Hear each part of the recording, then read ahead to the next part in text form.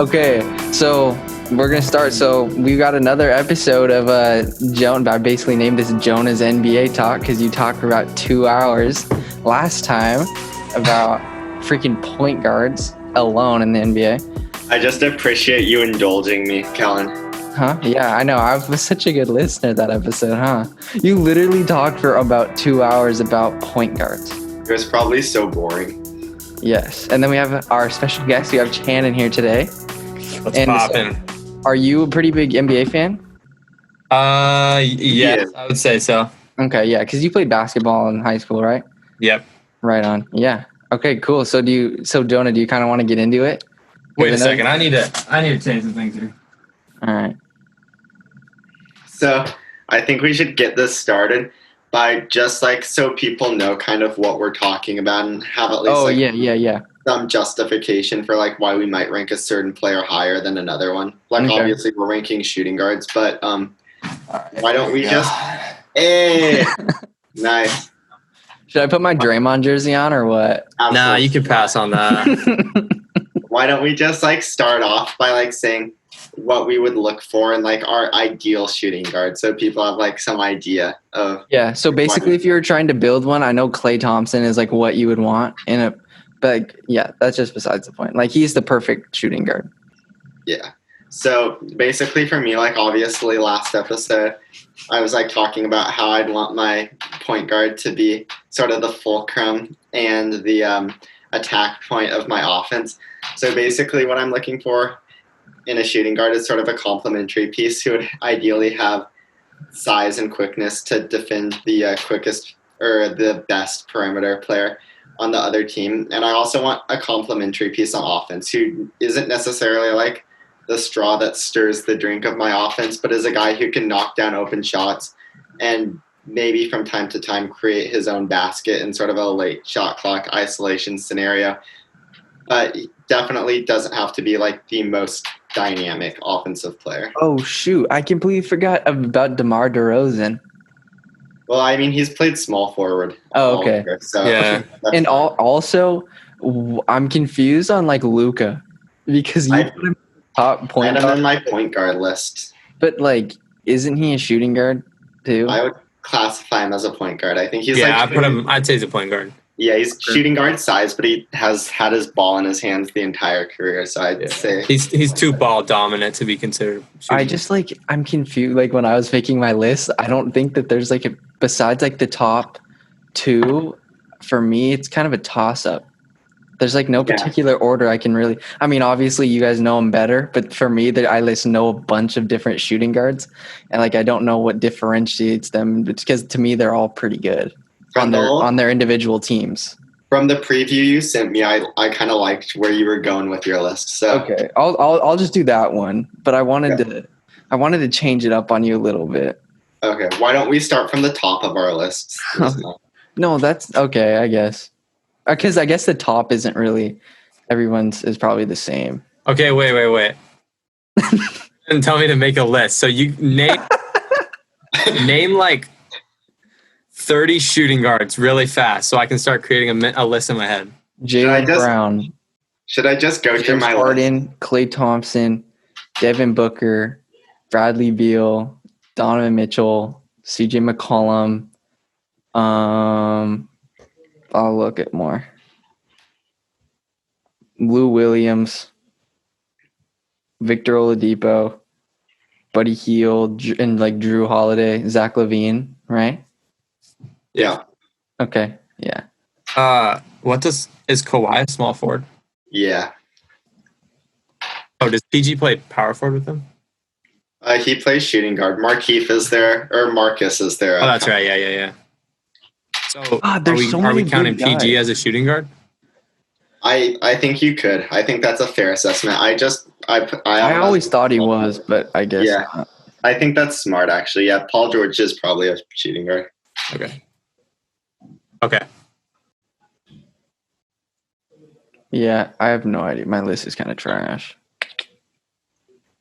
Should we get right into it? Yeah, Joe, you start at 63 and work your way up to the top. Are you serious? I'm gonna start at number one. So my number one, there's really no suspense here. This guy's been the number one shooting guard in the NBA for quite some time now, and that's James Harden. Probably, unless you want to say Giannis, James Harden's been the best offensive player in basketball this year. He's one of the best scorers in NBA history. He's led the league in scoring for a few years. Just the versatility to his offense, and yet it's versatile and predictable at the same time. Like, he has a great three-point shot, obviously. That's kind of his trademark. But he gets to the rim more and more often these days, too. He's a great finisher at the rim, super physical, uses his strength and his size to get off shots against defenders at the rim. Obviously, he's the king of drawing fouls. Like we talked about this last show, he goes to the line 12 times a game, which is ridiculous. Even on his off nights, he's good for like 25 points. So I don't really think it's up to debate that James is the number one. Also, I'd be remiss if I failed to mention, I really like the way he's improved his defense this year. I know it's gotten a lot of attention how in like this Rocket small ball scheme, he can hold his own against switches in the post, and sometimes they even have him matched up on power forwards and centers. But I also think unless it's against like the quickest guards in the NBA, I think he holds his own on the perimeter too. He's got tremendous hands. He gets his hands in passing lanes. He's one of the best defenders in the NBA right now. Maybe I'd put Ben Simmons ahead of him, but he's great at sort of intercepting those long outlet passes down the court, like the football passes. He's just got a knack for getting into passing lanes and getting deflections and steals. So he's been a steal leader in the past, hasn't he? I don't know about this season, but yeah, that's a good point. I bet he has. I'm pretty sure, because I remember like people used to talk trash about his defense a lot. Like there's those clips of him just like go by and stuff. But like I remember in those seasons, he was actually like either leading or like one of the top steals per game players in the league. Yeah, same with Steph Curry. People give Steph crap about his defense, but he was like, I think he was in like the same position where he was like one of the league leaders in steals too. Yeah, but it's okay. I agree with that take on James Harden. What? I agree with that take on James Harden. I don't think you can argue that. I feel like he's like the hardest shooting guard to stop and one of the hardest players to stop. But there's definitely no shooting guard that's touching him on that level. Yeah, he'll literally score at will. Like, there's no stopping him from having at least a decent game or, like, at least a minor to significant impact in every game he plays. Yeah, because especially if you have a guy who can get to the free throw line like that, it doesn't really matter if his shot's going in. Yeah. To the line. Exactly. Especially when he's one of the best free throw shooters in the NBA, too. Yeah. He's just a super annoying person to play, and I don't really like him either. Yeah. But, yeah, only because he gets it. I don't know. I don't know. He always turns it up against the Warriors, because they're like the best team in basketball. Yeah. Okay, Janet, who's your number two? Or who's your number one? Actually, did you kind of speak for all of us? Yeah, I think we all had James Harden, correct? Yeah. Yeah, okay. All right. Yeah, so my number two is you guys kind of talked me into Paul George at shooting guard, and if I had included him in my list, I think he probably would have been number two. But I did not. And the guy included is none other than Devin Booker. That would have been my number two without PG. Yeah, who has exploded since the NBA season restarted, obviously. Yeah. The Suns are the bubble champions right now, out 4-0, thinking maybe they can work their way into some sort of playoff game. And Devin Booker's obviously been a big part of that. He is their best player, of course. He is their lead ball handler. Well, yeah, spends a lot of time with the ball in his hands on offense. The reason that I'm a big Devin Booker fan, as opposed to like, obviously I like Bradley Beal, the reason I like Devin Booker better is just the versatility he has on offense. Like, obviously he's got the 3-point shot. He's a terrific scorer from three. He was in the 3-point contest, so obviously he can shoot the crap out of the ball. But when you work your way inside, he's a great ball handler. Like, he can work his way to sort of step backs, and he can use his handles to create shots. He also uses his size and strength to create shots. Devin Booker, out of all the guys on this list, is probably one of, if not the best post player. Like, against smaller guards, which he's usually matched up against, he can back them down. He's very, very good from like 10 to 15 feet where he can shoot those sort of like post fadeaways over guys, almost like a DeMar DeRozan-esque shot. And so, yeah, pretty much for that reason, the versatility on offense is why I love Devin Booker. He hasn't played very good defense to this point in his career, but I think he has like the physical tools and the size that when the Suns actually start competing in games that matter, I think Devin Booker will be able to be one of those guys who can ramp it up on defense. And so I'm not overly worried about that yet. So yeah, that's why I have Devin Booker at number 2. Yeah, for sure. And he's also one of those sneaky athletes, I feel like. Like he looks kind of casual, and then he'll just like dunk on a guy, and we're not really expecting it. Yeah, he's got some explosion to him. Yeah, I think he'll definitely continue to develop defensively to catch up with his offense. And then another thing that I forgot to mention, which is one of the biggest parts of his game too, is he's one of the best guys on this list at cutting too. Like like this kind of feeds into what Channon was saying about his sneaky athleticism. Like he'll like start at the wing and sort of explode to the basket, and then Rubio will give him the ball and he can like explode for like athletic finishes. Like sometimes he dunks it. He's really good at those like reverse layups too. So he just uses his cuts to create those explosive finishes at the rim. Yeah, Klay Thompson's definitely the second best point guard in the league. Okay.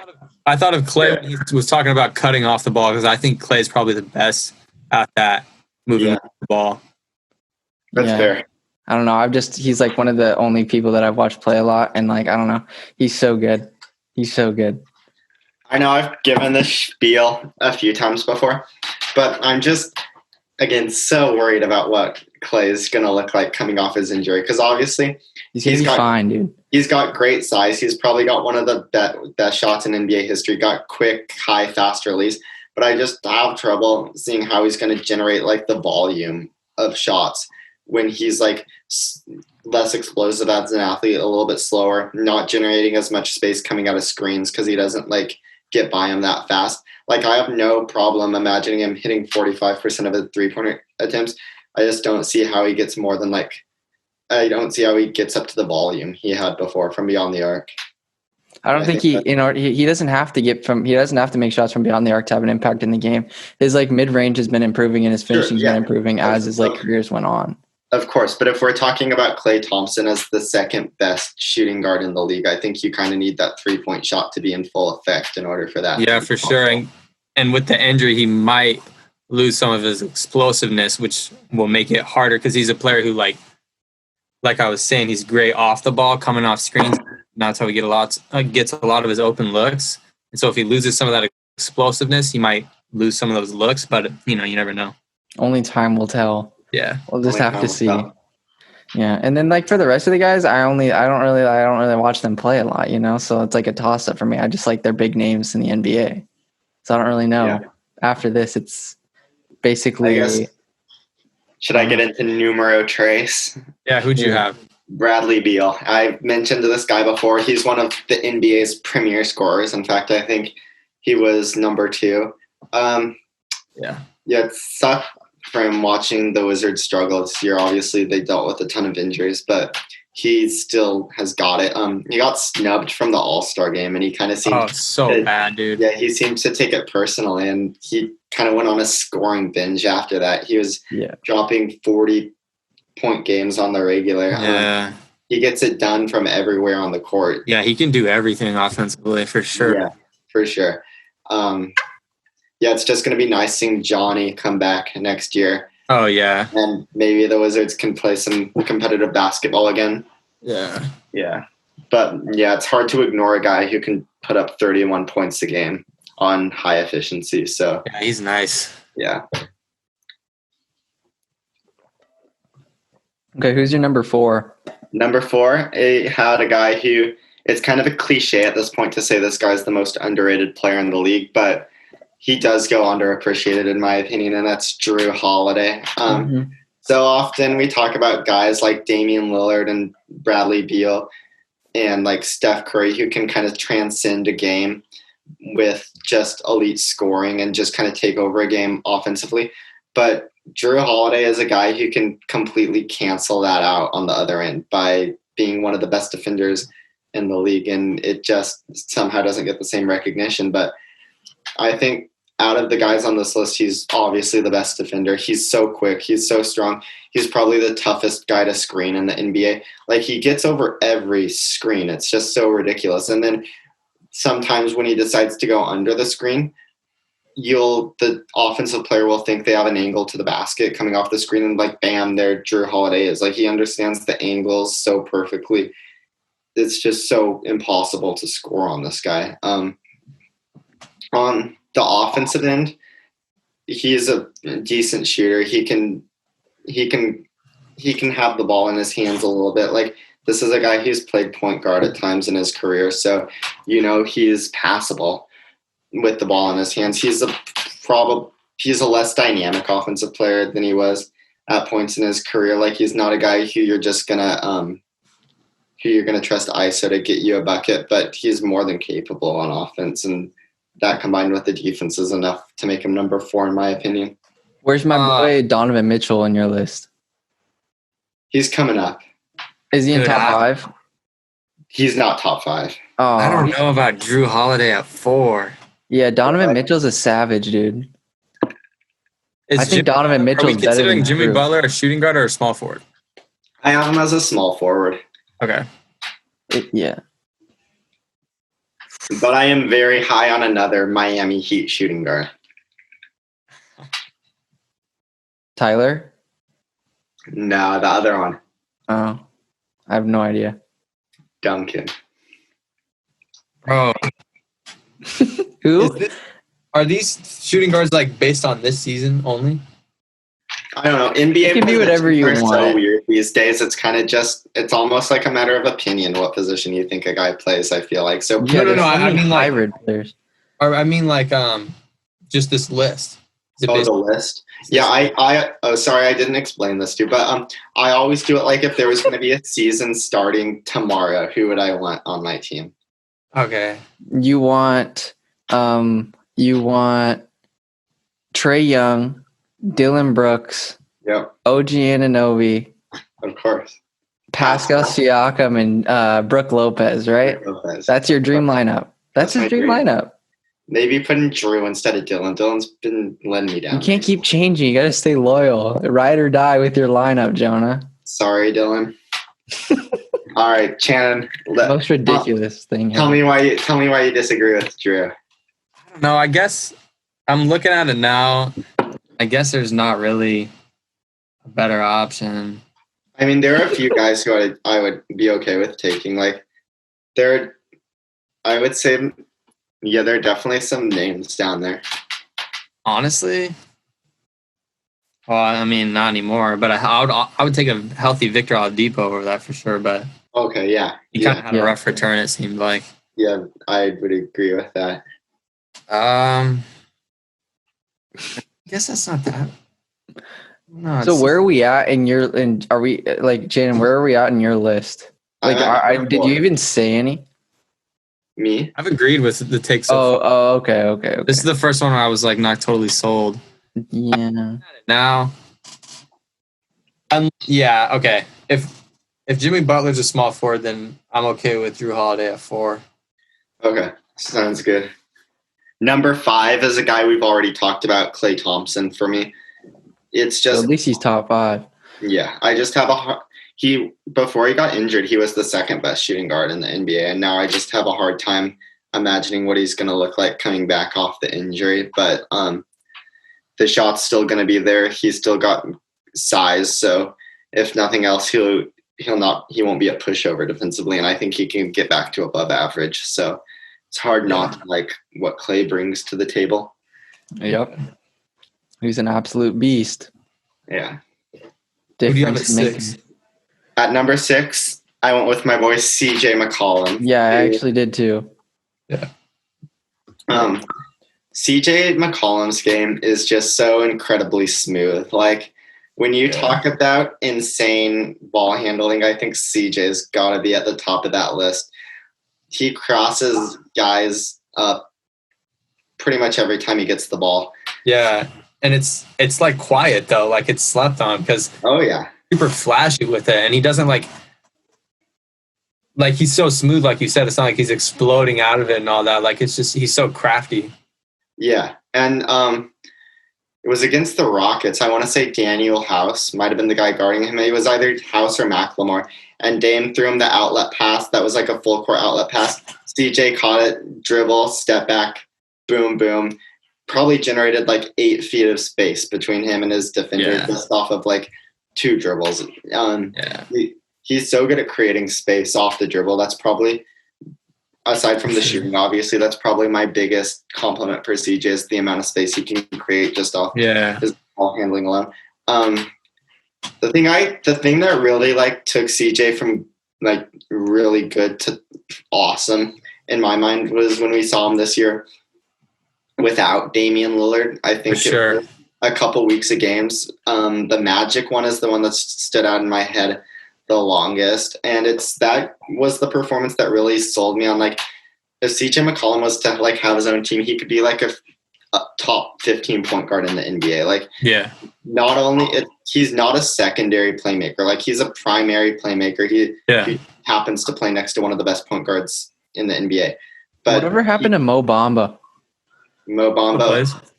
He plays. He still plays. Yeah. He put on some weight.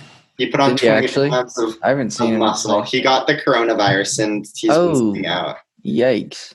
Yeah. That's terrible. He had it before the bubble started, and so he's had a tough time getting back into shape. So they've been playing Kim Birch over him for the most part. But damn. Yeah. Get back. Florida's crazy hotspot. Yeah. But anyway, like CJ McCollum, great playmaker, great shooter, awesome ball handling, very good player. He's got good hands too. Yeah, sneaky good hands on defense. That's a good point. What do you have at 7, Mitchell? Yep, at 7 we're getting to Kellen's boy, Donovan Mitchell. My favorite player besides Klay Thompson. He's pretty much I don't want to say he's discount CJ, but him and CJ offensively bring a lot. I would take Donovan Mitchell over CJ McCollum for sure. For sure. Why though? Because he's way more explosive. Yeah, but how far does that really get you? I don't know. It's more fun to watch. It is. Yeah, that's fair. But dude, because I don't know. Whenever he plays, well, like whenever I watch him play, he either drains threes or he's driving to the hoop, and no one wants to get in front of that guy. He's gonna put you on a poster. The one thing that could elevate Donovan Mitchell ahead of CJ McCollum, in my opinion, is defense. Like, obviously, he's a tremendous athlete. He's got very good size for the shooting guard position. If he could play consistently really good defense, which I know he's capable of, that would love CJ, but he just doesn't. He's a little bit underwhelming there. He doesn't get into like a stance and lock in as much as I would hope. He's kind of okay with listening a little bit. I just feel like if I had to pick, like, because like say Dame was hurt or something, and you could have a choice between like Donovan Mitchell or CJ to keep you in a game, I don't think I would keep CJ, because I feel like CJ sometimes, I don't even know, I could be talking out of my ass right now, but I feel like he's sometimes a slow starter, and like I feel like Donovan Mitchell, I don't know, I just would have more faith in him putting. I'm taking CJ all day. Yeah, I take CJ too. I think Kellen made an interesting point. Like CJ oftentimes, like he definitely plays his best basketball towards the end of the season, and he's kind of known for like heating up for the playoffs. But if I had to pick a guy that was gonna like score 40 points, I would pick Donovan Mitchell over CJ McCollum. I would pick CJ McCollum because he just gets his shot off in a better variety of ways. Yeah, and also like you were talking about, Jonah, he can distribute the ball exceptionally. Oh yeah. He could be a 10 assist guy if he wanted to. Yeah, and play with Dame. And so I guess now we're on to number 8, and I will say, if I had put Jaylen Brown on this list, I put Jaylen Brown as a small forward, but he would have been right here on my list, right behind. Okay, good. So, Jaylen Brown's sick. Yeah, but at number 8, in the absence of Jaylen Brown, I went with a guy who took a huge step forward this year, and that's Shai Gilgeous-Alexander. Dude, he's a bucket. Oh, yeah, he is a bucket. He is. He is just so imaginative on offense. Like, he is one of those guys who, if if I didn't know who he was, I would have thought he'd been in the league for 8 or 9 years, because he's that sort of like he's that mature on offense already. Like unlike a guy like John Morant, he's just going 100% all the time. Shai Gilgeous-Alexander kind of casually comes off the pick and roll, kind of works his way through the mid range. He goes so slowly. Kind of reminds me of CP3 a little bit. Yeah, he's just so deliberate, and maybe he's like taking a lot of notes from CP3. Yeah, I bet you're right. Yeah, CP3 is one of those guys who definitely could be like a great coach or something. Yeah, Shai is just such a like deliberate player. He's got one of the things I always notice about him is out of all the players in the NBA, he has the best like handles in like a super confined space. He can be boxed in by like 2 defenders off the pick and roll, like if they trap him or whatever. And like he can like get his way out of it and put up some floater, and he's got a great like soft touch on his floaters, and he gets that shot to drop a lot too. He's been working on a step back 3, which has gone in more often as the season's progressed. I think he's an above average 3-point shooter at this point in his career already. That's what I was gonna ask. I wasn't sure about that. I want to look up his. And if he's below average, I bet a lot of it is because he does like sort of take those tough off the dribble shots. Like he's far from like a catch and shoot. The shot will develop too, though. Yeah, for sure. Yeah, and it looks good. Like as a young player, I don't really care how much the shot goes in as much as like does the shot look good and is he confident shooting it? And Shai is definitely confident, and the shot's looking pure. So I have no concern about whether or not it will fall eventually. Yeah. On the defensive end, I definitely see Shai as a guy who would be capable of guarding the best offensive player or the best offensive guard on the opposing team. I want to say he's 6'6", 6'5", 6'6". He's 6'5". 6'5", yeah. 6'5". I think he's got a plus wingspan. Like he's a long kid. He's quick on his feet. He's pretty much everything you'd want for at least for like the profile of a defensive shooting guard. So yeah, I think there's a lot crazy. Yeah, I think there's a lot to like about Shai. Was he League Fits MVP? Do you remember, Jonah? Shoot. That's a good question. He was up there. He was first team. I'm trying to remember. I think you're right though. I think he was MVP. Which getting that, I think that has to work in. Low key might bump him up a little bit. Yeah. Yeah, so yeah, Shai's definitely a guy who even though he plays for one of my least favorite teams, I like him. Least favorite teams? You don't like the Thunder? Yeah, I'm not a Thunder guy. Why is that? I don't know, because they're in our division, and that's fair, yeah. And we just played them in the playoffs, so that's the sort of thing that takes a couple of years to get over. Yeah, that makes sense. Good show. Kellen, are you ready for me to move on to 9? Gotta go. Yeah, you just keep moving on, Joe. Okay. So at number 9, I have a guy who, up to this point, maybe besides Drew Holiday, is the best two-way player. And you guys are going to be surprised, but I've got Marcus Smart all the way up here at number 9. I know Marcus That's Smart kind of crazy. Guy. He's one of those guys people love to hate, but he's also one of those guys. Wait, can you name all the ones you've said so far? Yeah, so I've gone James Harden, Devin Booker, Bradley Beal, Drew Holiday, C.J. McCollum, Donovan Mitchell, Shai Gilgeous-Alexander, and now Marcus Smart. I feel like there's a lot more guys that are better than Marcus Smart. Do you want to list off a few? Let me look it up. Let me look some up. Okay. They're much better offensive players. Yeah, okay. Offensive players. Yeah. I just value Marcus's defense quite a bit. But if you're a shooting guard, don't you want to score?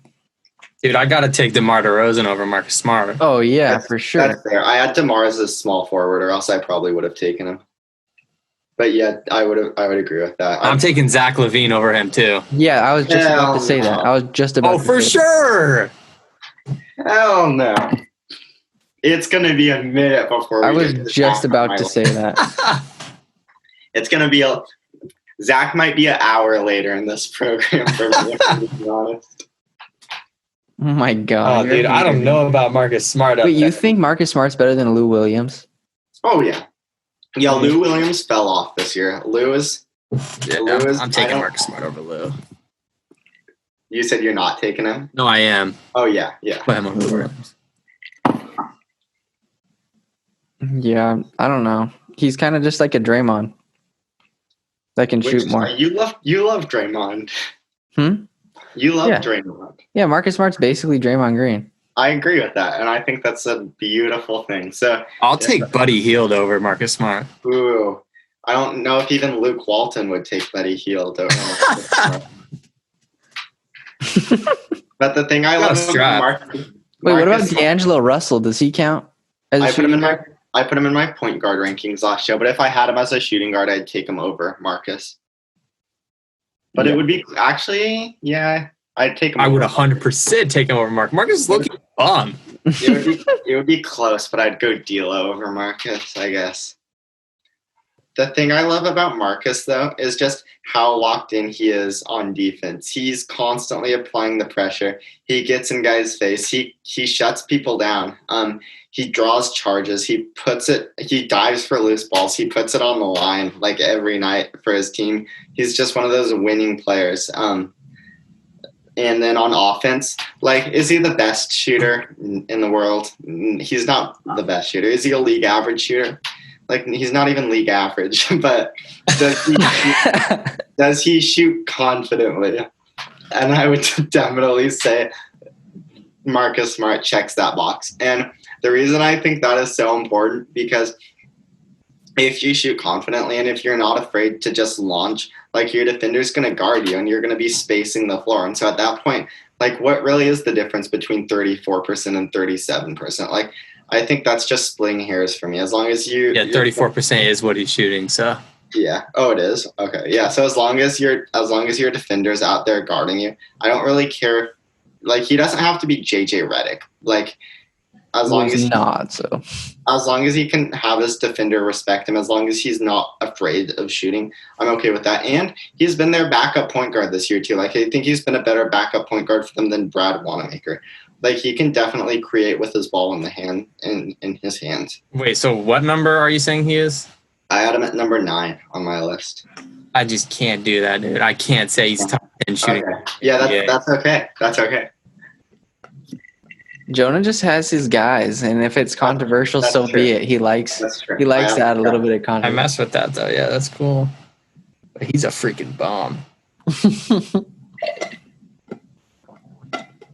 Yeah, I only really remember him from when the Ducks played Oklahoma State in the tournament. He was Oklahoma State's guy. Oh, he was? Marcus Smart? Oh, yeah. Yeah, that's right. Yeah. Yeah, a few of these guys are, like, on the Oregon Duck hit list, because we're going to get to Buddy Hield later, and that might bring back some bad memories. Yeah, Buddy Hield went off that game. He had, like, 40-plus points. Yeah. Dude, I'm taking Bogdanovich over Marcus Smart. Okay, I like that. Actually. They're in the same tier for me. So that means Bogdanovich is top 10. I'm perfect. Over Marcus Smart? He's 9. Bogdan's top. Channon, I am perfectly okay if you want to put Bogdan in your top 10. I like him a lot. That's awesome. He's got a strap. He's got a what? Strap. He can shoot it. Yeah. He just dropped like 30-something? Yeah, against the Pels. Yeah, he was helping us out a little bit by just respect for that. Packing the Pels suitcases for him. You know what? I didn't realize that Andre Iguodala is still playing, because, like, he got traded to the Grizzlies, right? Or he got picked up, and now he's on the. How did the Heat pick him up? Was there another trade? Justice Winslow and James Johnson for him. Oh. And Dion Waiters. Are the Heat, like, actually in the picture in the East, or what? Oh yeah, I like the Heat a lot. Me too. We'll probably talk about it when we get to our NBA playoff preview. But I've got some hot takes on the mic. Are we going to do that tonight? Oh, I think the shooting guard list will take up enough time, but we can do it. We should do it once the brackets officially come out, and we can do our playoff predictions and previews. It just really sucks that the best team in basketball is not playing right now. Well, I mean, I think just because Giannis hasn't been playing, like, substantial minutes, I'm not ready to say the Bucks aren't the best team anymore. Shut up, dude. Hey, Channon, you think that the Warriors can get back to title contention next year? Next year? Yeah. No. I'm gonna ask every guest that comes on that question, and everybody's gonna say no, except this guy. Can I move on to my number 10 now? Yeah. Are you guys ready for the bombshell? Yeah. Number 10, Duncan Robinson. All right, let's hear why. Duncan Robinson just finished having the best shooting season in NBA history. He's shooting, let me look this up, but I want to say he's shooting damn near 50% on 8 attempts a game, which is just insane. And like 50% on 8 attempts a game, that means you're making about 4 a game. That means you're making about 12 points a game on threes. Like, that may not sound like a whole lot, but the thing about Duncan Robinson being the best shooter, and I'm not afraid to say Duncan Robinson is the best shooter in the NBA right now. And the thing about Duncan being the best shooter in the NBA is that defenses have to have at least one guy locked on him at all times. Because you're obviously like the Heat, Eric Spoelstra, one of the best coaches in the NBA, one of the best play designers in the NBA for my money, runs Duncan Robinson off of so many screens on every possession. The Miami Heat are obviously a very like dribble handoff heavy team with Bam Adebayo and Jimmy Butler. And so the thing about that is like when you've got Duncan's guy chasing him around off screens, that automatically like diverts the defense's eye and like puts a big chunk of their attention on one guy. Cause like a lot of times defenses are throwing some of their best guys at Duncan. And then also when he comes off screens, that takes the big man out of play for a second too, or whoever's setting the screen, that takes their defender out of play because they've got to hedge the screen. So basically what Duncan Robinson does, it warps and bends the defense so much that it's almost incalculable like how much it can benefit the Heat offense. And it just opens the offense up for like Jimmy Butler to ISO or like for Bam Adebayo to have a post up, because Duncan Robinson is on the other side of the court, like wreaking havoc on the defense. And I just think that's such a valuable asset. There's so many good young players on the Heat right now, actually. Yeah, for sure. Because didn't you have like Kendrick Nunn and one of your top point guards? Not one of my top point guards, but he cracked the top 45. Okay. I thought he was higher up. So basically what I'm hearing is he's the best shooter in the league. Best shooter in the league.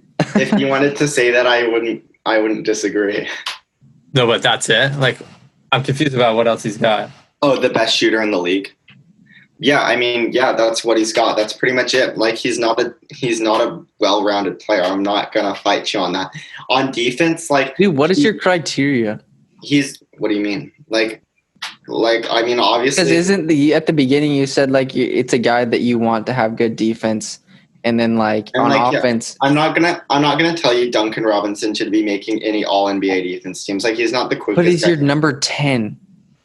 Yeah, he's not a guy who you're going to be throwing on the best offensive player on the other team. But this is something that gets overlooked with Duncan Robinson. Like, he's 6 feet 6 inches. Like, he's a tall, long guy. Like, he's just because he's not the fastest, not the most athletic, he's not a pushover on defense. Like, teams aren't singling him out and picking on him like they would a Trae Young. Like, hey, Jonah, are you going to watch the UFC tomorrow? UFC? Maybe. You should. At least watch the main event. Hey, Channon, do you watch the UFC at all? No. Oh, man. I think if it's on ESPN, you should watch it. At least the heavyweights are always so much fun to watch. It never gets out of the first round, bro. All right, Channon, I want to hear you rip into Duncan Robinson all of it. I just don't think I can put him over like Zach LaVine, dude. Because you haven't Zach even LaVine's heard a beast. People like put over Zach LaVine. Because Duncan Robinson is the best shooter in the league, apparently. I mean, season, but I mean, Seth Curry, hasn't he been the best shooter in the league in a season? On less volume, though, and on easier attempts. Like, if you watch some of the attempts Duncan Robinson is taking, it's like insane. Because like think about running off a screen, getting the handoff, like you're facing the sideline, set your feet towards the basket, defender flying in your face, drills it, and that's what probably I would say a good 60% of his attempts are. I'm not gonna lie, dude. I did that all season in City League, and he's drilling them, and his length has stretched out as the season has. That's true. And being 6'6" is a big deal. Yeah, high, fast release. I can't take him over Zach LaVine, dude. I mean, you can't. I wouldn't trust him guarding like CJ McCollum. Okay, but would you trust Zach LaVine guarding CJ McCollum more than Duncan Robinson? Wow. I don't know about that one. I think you can say a lot of nice things about Zach LaVine. I think defense might not be on the top of that list. But I can definitely... I mean, he's definitely a better playmaker than Duncan Robinson. He's a more well-rounded offensive player than Duncan. Yeah. I feel like a guy who's like a one-hit wonder on offense, I can't put him in the top 10. Okay. Yeah, that's fair. Jonah, have you watched film on all 63 guys that you've listed? Yeah, of course. Holy shit. That's insane. I mean, like, I watched the games, and then obviously when I went and made this list, I looked back at, like, stats, and for some of the guys, I watched a little film. But that's so crazy. I'm going to move on to number 12 now. Number 12 is a guy who I just think kind of goes under the radar because he plays for a mediocre team in a small market, and that's Evan Fournier. I think Evan Fournier... Yeah, I like that. Yeah, I think Evan... I actually like that. Evan Fournier is a bucket. He's got a player option for the summer. Because of the uncertainty with COVID, he's probably going to opt in, so we're probably not going to see him on a new team next year. He's probably still going to be on Orlando. But Evan Fournier, like, what really can you say about him? He's a great shooter. Like, I think he's 38 or 39% from beyond the arc. He's great from the mid-range when he's got the ball in his hands. He's one of those guys who can shot fake a couple dribbles into like an elbow jumper, and he's super good at that. He's not a playmaker, but he's a smart guy who keeps the ball moving on offense when he needs to. Yeah. He's solid enough defensively. I just think you could do a lot worse for your starting shooting guard than Evan Fournier. I want to see him on a different team, though. Yeah, me too.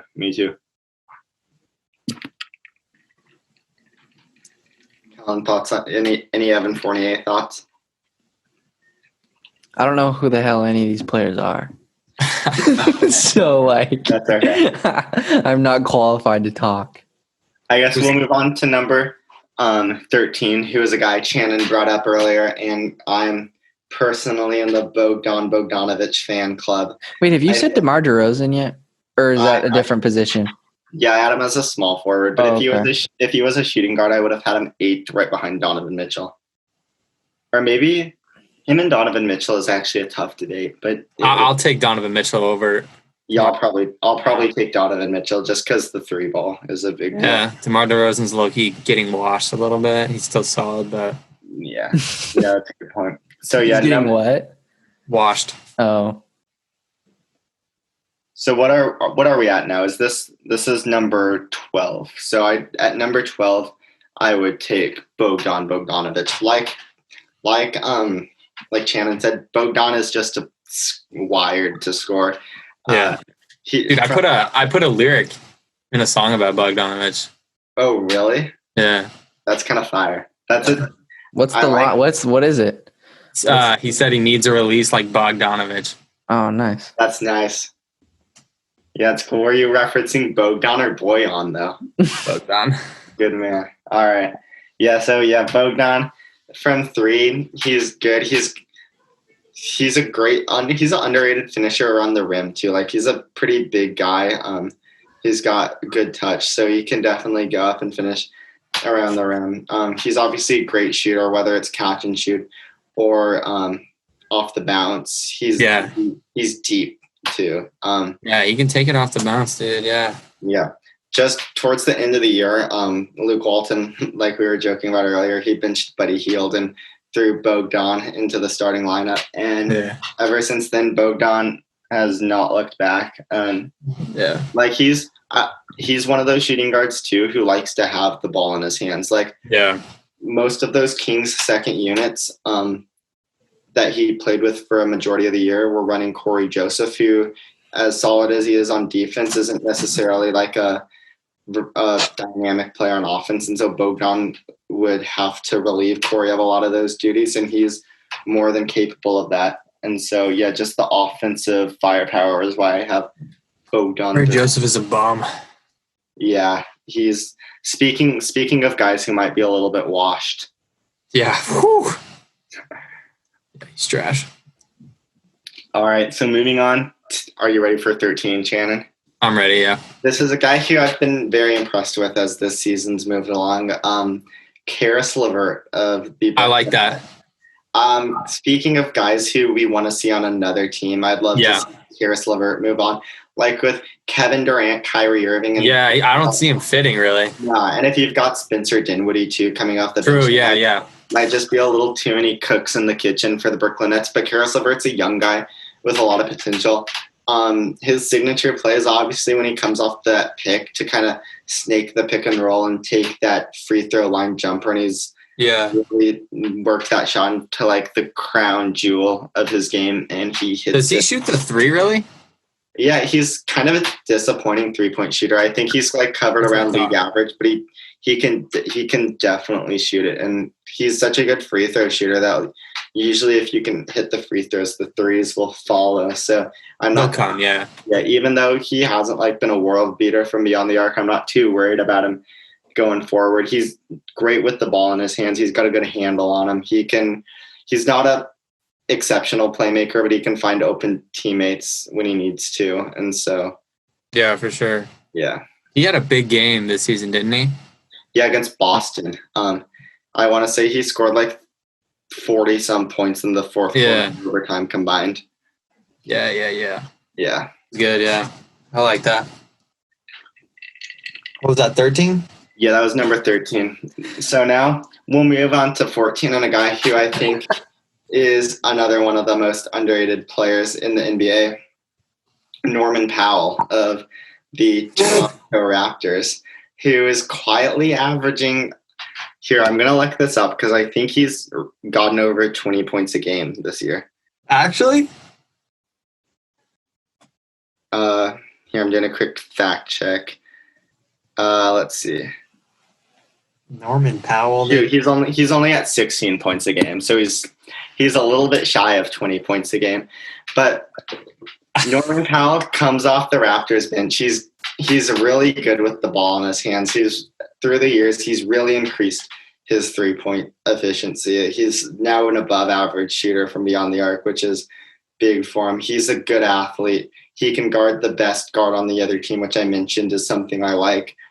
He's not one of those guys like a Devin Booker or Bradley Beal, obviously, who will, if you put the ball in like Devin Booker's hands, he's going to give you an average or above average offense. Norman Powell's not that guy, but if you put the ball in his hands, he's at least going to give you a shot.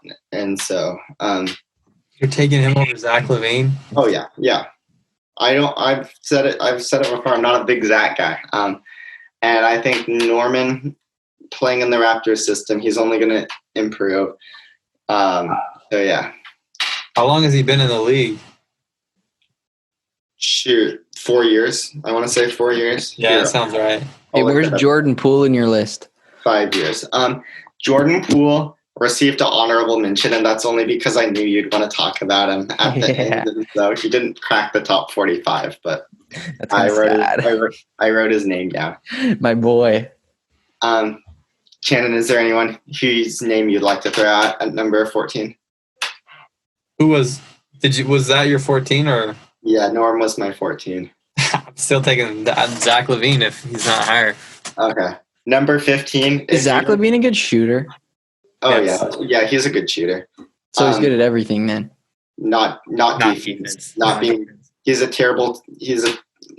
You're up. Okay, you know what confuses all-star, me? So, though. like, what makes someone bad at defense? You know what I mean? Because, like, I feel like Effort is the main thing for me, and Zach LaVine does not show a quarter of the effort. But if you're a freak athlete like him, coaches are willing to put up with it. I mean, no, his coach doesn't put up with it. Zach LaVine's been benched multiple times this year by Tim Boylan. Has he actually? Yeah. I think if you put Zach LaVine on a team like the Heat, he'll play defense. Probably maybe. Because he'd be struggling for minutes. Either that or Pat Riley would kill him before the year was over. If you put him on a better team, he'd probably have to play defense, right? You'd hope so. He wouldn't have as much playing time. If you don't know, but that hasn't happened, and I think there's a reason that Zach LaVine hasn't been on a winning team. But we'll get to that. He was on later. the Timberwolves or what? Who was he on? Yeah, he was on the T-Wolves, and then he got traded to the Bulls as part of that Jimmy Butler deal. So, we'll get to him later. Number 15, a guy who I probably am a little biased towards, one of my favorite players in the NBA. That's JJ Redick. He's kind of like the Duncan. he was Duncan Robinson before Duncan Robinson was a thing. I think before Duncan Robinson was born. Yeah. But the thing that really made me realize how good JJ Redick actually was. Wait, Duncan Robinson's white. Yeah. Oh. That's why you made the JJ Redick. Oh, okay. I was thinking he was a completely different player. I know exactly what you're talking about. I've seen him doing an interview before. I do know who this is. He's very cool. Yeah. Yeah, he's Duncan. Yeah, Duncan Robinson. I remember him. He was on Michigan. Yeah, that's right. Yeah, he was on I'm not going to lie, Jonah.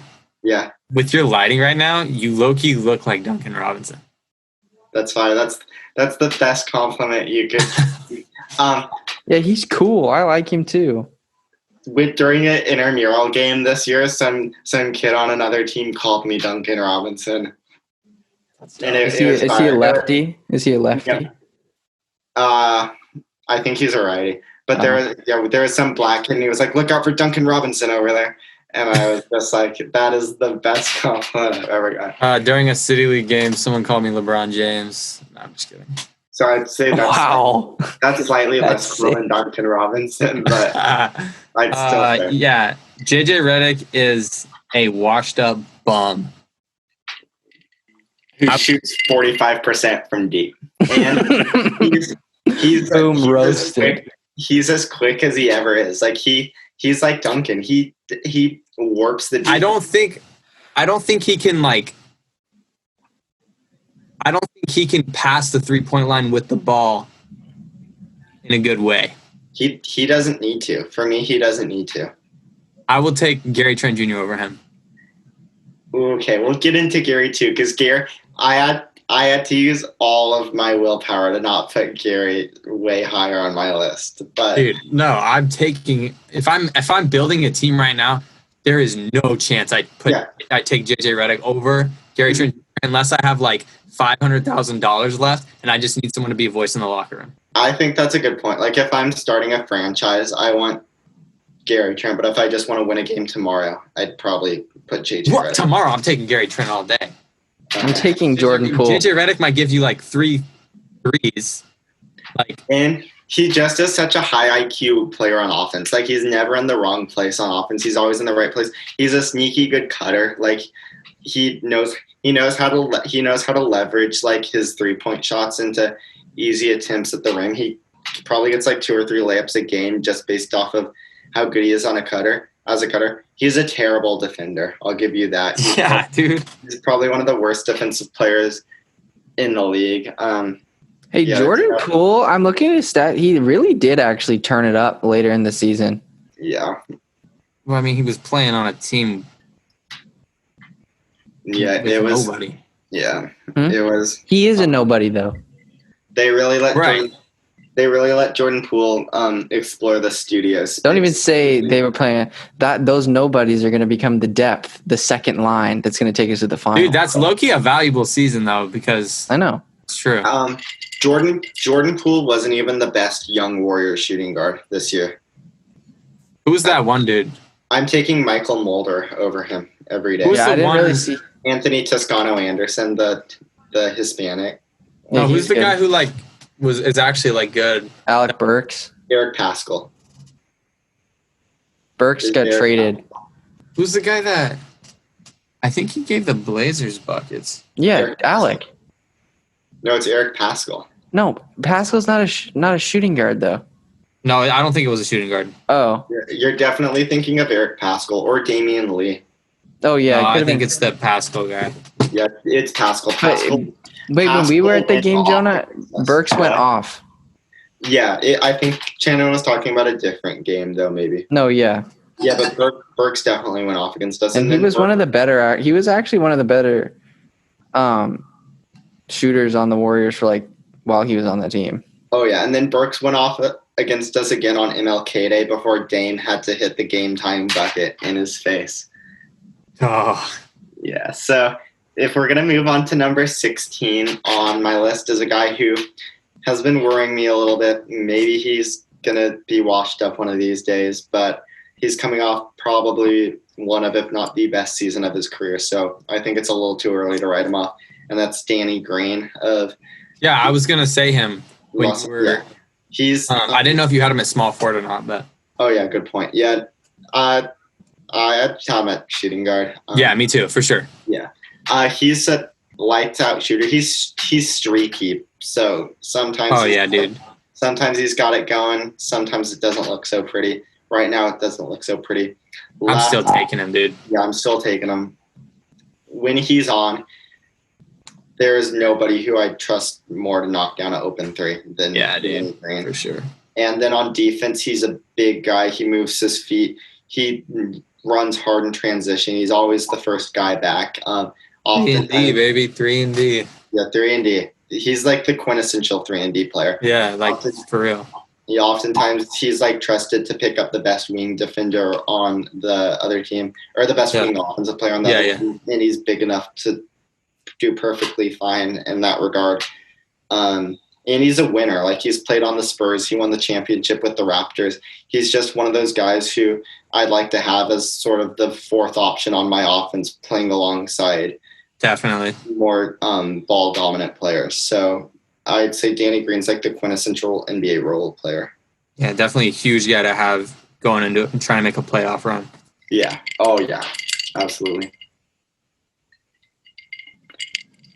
All right, who's next? Number 17 is a guy whose time I think has been coming, and I think now it's finally here, and that is Derek White of the San Antonio Spurs. Dude, he looks like, I noticed this the other day, he looks like the baby Snapchat filter.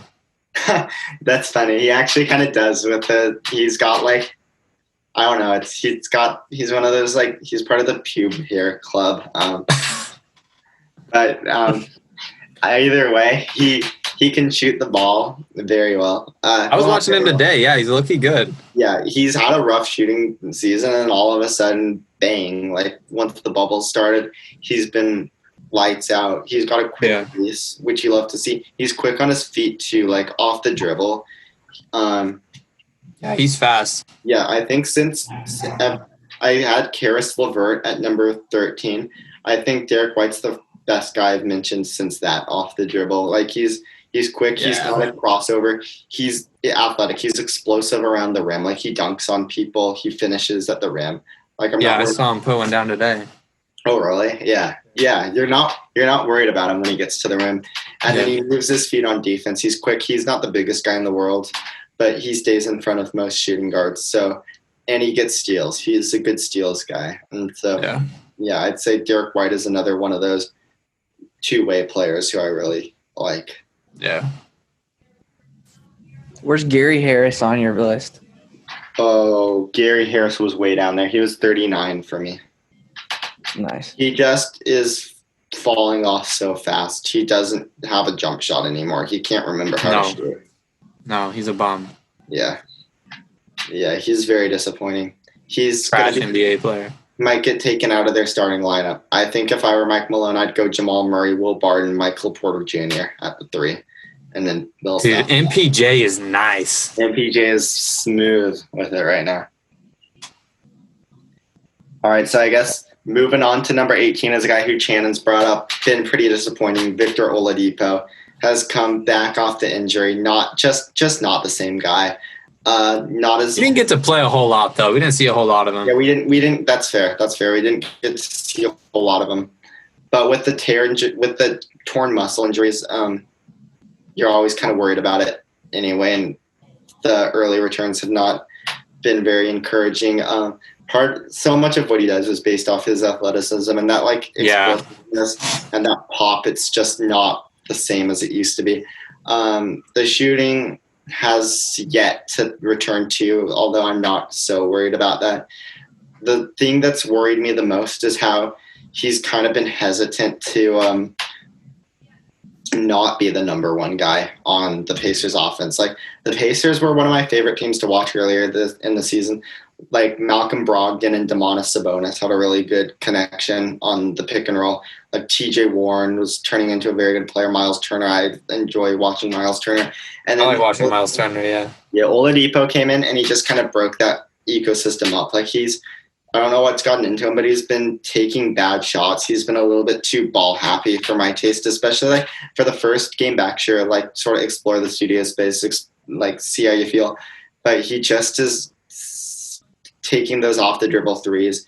He's getting to the basket and he's not finishing. And it's just kind of sad to see because he wants to be back to where he was. He was so good before. Yeah, he was so good, but he was definitely top 5 shooting guards before. Mm-hmm.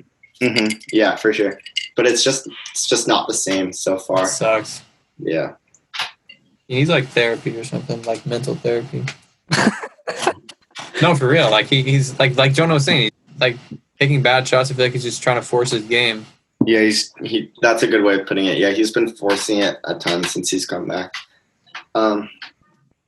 Number 19 is a guy who I've always been a little bit higher. He's a good singer, though. Victor Oladipo. I don't know if you guys. That's true. Yeah, he's not on Dame's level of musical prowess. He's not on freaking Lonzo's level. What are you talking about? Oh, Lonzo's trash. Victor Oladipo had an album, though. Yeah, he did. And he had like big name. Did you guys hear about J. Cole? Yeah, how did he actually get a tryout? He's going to be on the Pistons, apparently. What is he? He's 35. Yeah. Why did he decide to do this earlier? In Jonah's book, that's old. That is old. There are worse ways to sell tickets, though. So that is facts, dude. He can perform at halftime and then hop back in the game. Yeah. Oh, that would suck. I'm sorry that John Henson has to lose his bench seat on the Detroit Pistons. But dude, Oladipo has Tory Lanez, Trey Songz on his little mixtape thing. Yeah. He's maybe Cole's low-key good. The videos of him running with the NBA players looks good. J. Cole? Yeah. Oh, serious? I haven't seen any of those videos. He has a nice shot, dude. He's like, and he's got hops. The summer runs NBA players will do. Remember when he tried to dunk at the All-Star game the other year? So yeah. So musically maybe, but as a shooting guard, I have Victor Oladipo at number 8. How tall is he? That's a good question. I want to say 6'3" or 6'4". I think he's 6'4". So he's not too small. No, he's not small, and he's got broad shoulders too. He's a very muscular guy, which was like one of the things people loved about him before he got hurt. Was like that combination of strength and athleticism was just sort of deadly. And then combine that with that he could shoot. How did that whole situation even come about? What do you mean? J. Cole. Oh, we were talking about Oladipo. J. Cole's 6'3". Sorry, my bad. I was like spacing out. Yeah, J. Cole's 6'3". He's a bucket though. I'm hard to tell, but like I was saying, like the NBA players will do like the scrimmages in the summers in those gyms, and he's hopped into one. And he did good. NBA players, and he like holds his own. J. Cole, Luke Kennard backcourt sounds deadly. Oh, dude, it would be. I don't know. All right, number 19. Number 19 on my list is Tim Hardaway Jr. of the Dallas Mavericks. He was a guy who I respected because he's really kind of changed his game. In New York, he was kind of the focal point of their offense just because he was the only guy who could get a shot off on that dreadful team. And he would take a bunch of ill-advised threes. He was one of the least efficient players of the NBA. People were ready to, light him on fire and send him out to sea. But instead, he's really bought into his role as a Dallas Maverick and has turned into a valuable start. He's their starting small forward, but I think his natural position is the shooting guard. So I included him on this list. Obviously, he can shoot the basketball. That's like the focal point of the Tim Hardaway Jr. experience. There hasn't been so much shot creation this year on the Mavericks for THJ, but as a catch and shoot guy, he's been very good, especially when you consider that a lot of his shots have come above the break, which is obviously more difficult. So he can still attack a closeout all right. And on defense, like he's another one of those guys who is he the best defensive player in the NBA? No, but his like size and physical tools allow him to not be a pushover. And that's really like, as long as you're not a guy who gets targeted on defense, like you don't necessarily have to be a world beater. I think that's going to end up being the Mavericks' Achilles heel this year, is that there just isn't enough wing defense on that team. So I think I agree. I think that's going to come back to bite him. But as a player, I don't really think defense is a huge knock against Tim Hardaway Jr. You want to comment on THJ, Channon? No. I haven't watched a whole lot of him. I know he can shoot it, but yeah.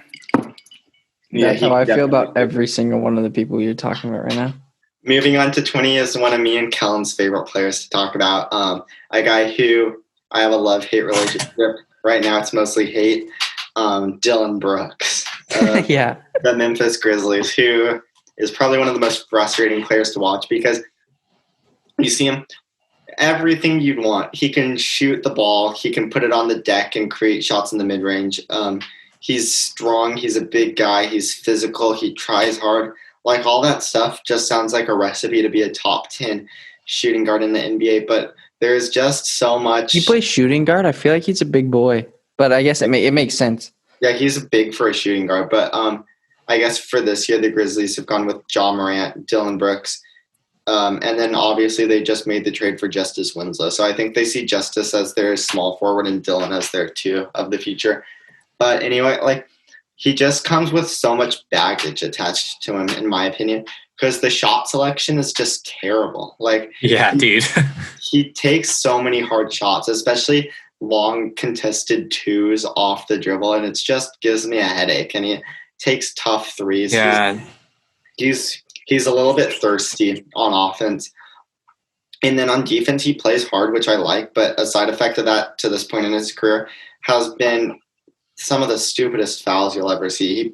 I'm sure he fouls more than any other guy on this list. He just is so handsy. He plays so for sure, dude. And he's so intense and I guess the fouls are just a byproduct of that. But nevertheless, it's frustrating and it's somewhat damaging. And so, like the fouls and the shot selection is like an anchor that's attached to Dillon Brooks, or else I think his potential is so much higher than this.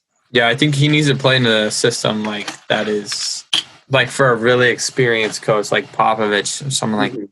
Yeah, Taylor Jenkins might not necessarily be the guy to kind of tame him, but yeah, he needs to mature.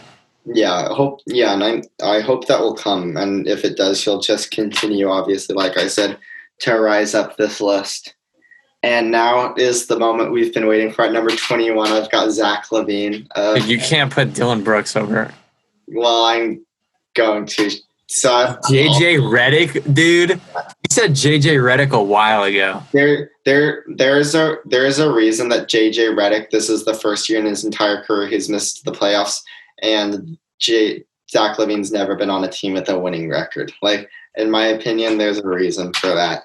Yeah, it's because JJ Redick played with Chris Paul and Blake Griffin and DeAndre Jordan, and then he went and played with the Sixers? Yeah, with Joel Embiid and Ben Simmons, and he played on the Magic for a little bit. Like, JJ Redick's been a journeyman, but he's always won wherever he's gone. Zach LaVine's been in 2 stops, and he's never been on even a somewhat competitive team. And I thought that never mind, keep going. And the thing about Zach LaVine is like, you're bad at defense and you don't want to try. Like, fine. Like there are a lot He's of averaging guys. 25, dude. Okay. There are a lot of guys in the NBA who are on bad teams and don't try on defense. But the thing that particularly irks me about Zach LaVine is how disciplinary Jim Boylan has been with him. And I know Jim Boylan gets a lot of crap as a coach, and rightfully so. But at a certain point, if your coach is literally pleading with you to start giving effort on defense and stop allowing backdoor cuts on like every 4 possessions, like please just at a point you've got to try, right? But that hasn't happened for Zach LaVine yet. He consistently gets burned on defense. He's got his hands on his knees all the time. He's not in a stance. He's not trying, and it just sucks because like Jim Boylan gets a lot of shit, but I mean, I'd probably be doing the same thing if I was the Bulls coach. And then but JJ Redick is a bad defender too. Okay, yeah, but JJ Redick's at least a smart defender. Like he doesn't have the physical tools to be a good defender, but he at least can tag the rollman and bounce out to like at least have a flyby contest at a 3. Like Zach LaVine, he just is completely disinterested in it. And then on offense, like sure, Zach LaVine looks good when he's the only guy on the offense who can score. But if you're on a team that's running a competent offense and like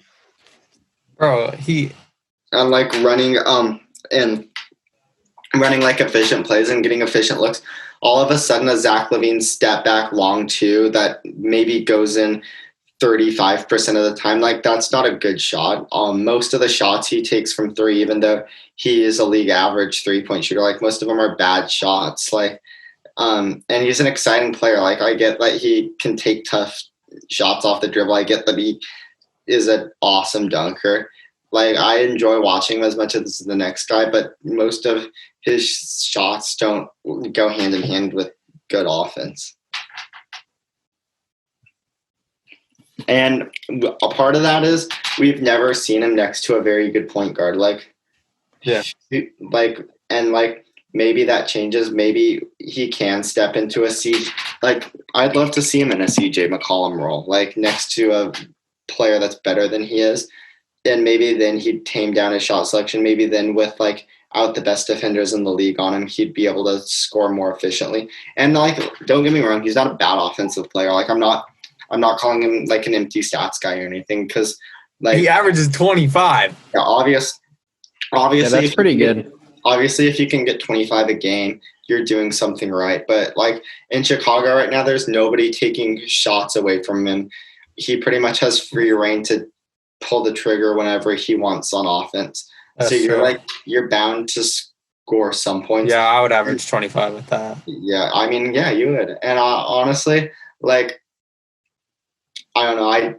I just would be curious to see what Zach LaVine looked like on a good team because honestly, I don't think we'd be impressed by him. I'd like to. Hopefully, he is eventually. Maybe we would be. Maybe then he'd take a big step forward and rise up my list. But it's just hard for me to. It's hard for me to appreciate him right now. Definitely not like. I definitely don't think he's appealing to good teams right now, though. No. Because he does have to show that he can play defense. Yeah. He will play defense. And he's like being coachable. I know this sounds like a bit of a bitch thing to say that being coachable matters a little bit to me. No, it does. Yeah. It does for sure. Cause like he couldn't fit into a system like that really like relied on a good coach, which like the best systems too. Like you couldn't, I keep talking about the Spurs, but you couldn't put him on the Spurs right now. No. Greg Popovich would never, or like, yeah, I don't even know. So I guess like we can agree to disagree on Zach, and like I'm open to. Zach's one of those guys who could easily move up this list because God knows he's talented enough, but I just need to see some more from him. Number 22 is I've mentioned his brother already on this list, and now I'm gonna mention Justin Holiday. who I think has sneakily turned into one of the better perimeter defenders in the league. Just like his brother, he's impossible to screen. He gets so small when he sees the big man coming in. He always works his way around it. He's not a dynamic offensive player, but he's one of the best. Not one of the best, but he can. I'm pretty sure his 3-point percentage is well above league average, and I'm pretty sure I want to say it's inching up to 40%. And I'm gonna look that up right now. But yeah, he can shoot the ball even if he can't do much else. Yeah, it's 40%, so he can shoot the crap out of the ball, and even though that's all he does. And so he's another one of those 3-and-D guys. He plays really good defense. He shoots the 3 ball. That's a guy who can play on any team in the NBA for my money. And so that's why I like Justin. Who are the best brothers in the NBA? That's a good question. Well, I think that's not really a question. It's got to be Seth and Steph. Yeah. Because Steph is arguably the best player in the NBA right now. Obviously he's not, but he's top 5. And so I'm gonna be honest, he carries. Steph's not in my top 5. Yeah, he's not in my top 5 either. Well, that's your guys' problem. I'm gonna be honest. I don't know if he's in my top 10. That's an issue. Yeah, that's pushing it for me, but I'm okay with it. No, hear me out. LeBron, KD, James Harden, Giannis. I'm taking Steph over James Harden any day of the week. Kawhi. I take Dame over Steph's. Yeah, Dame. That's I'm taking. Hold on, let me think here. Why are you a hater? No, I'm honestly not. Steph is really, really good. But, okay, yeah, he is top 10. I was capping, but. He's not top 5, though. That's pushing it. No, he's top 10. So I guess I'll bounce to number 23, who's a guy we've brought up a few times, Buddy Hield.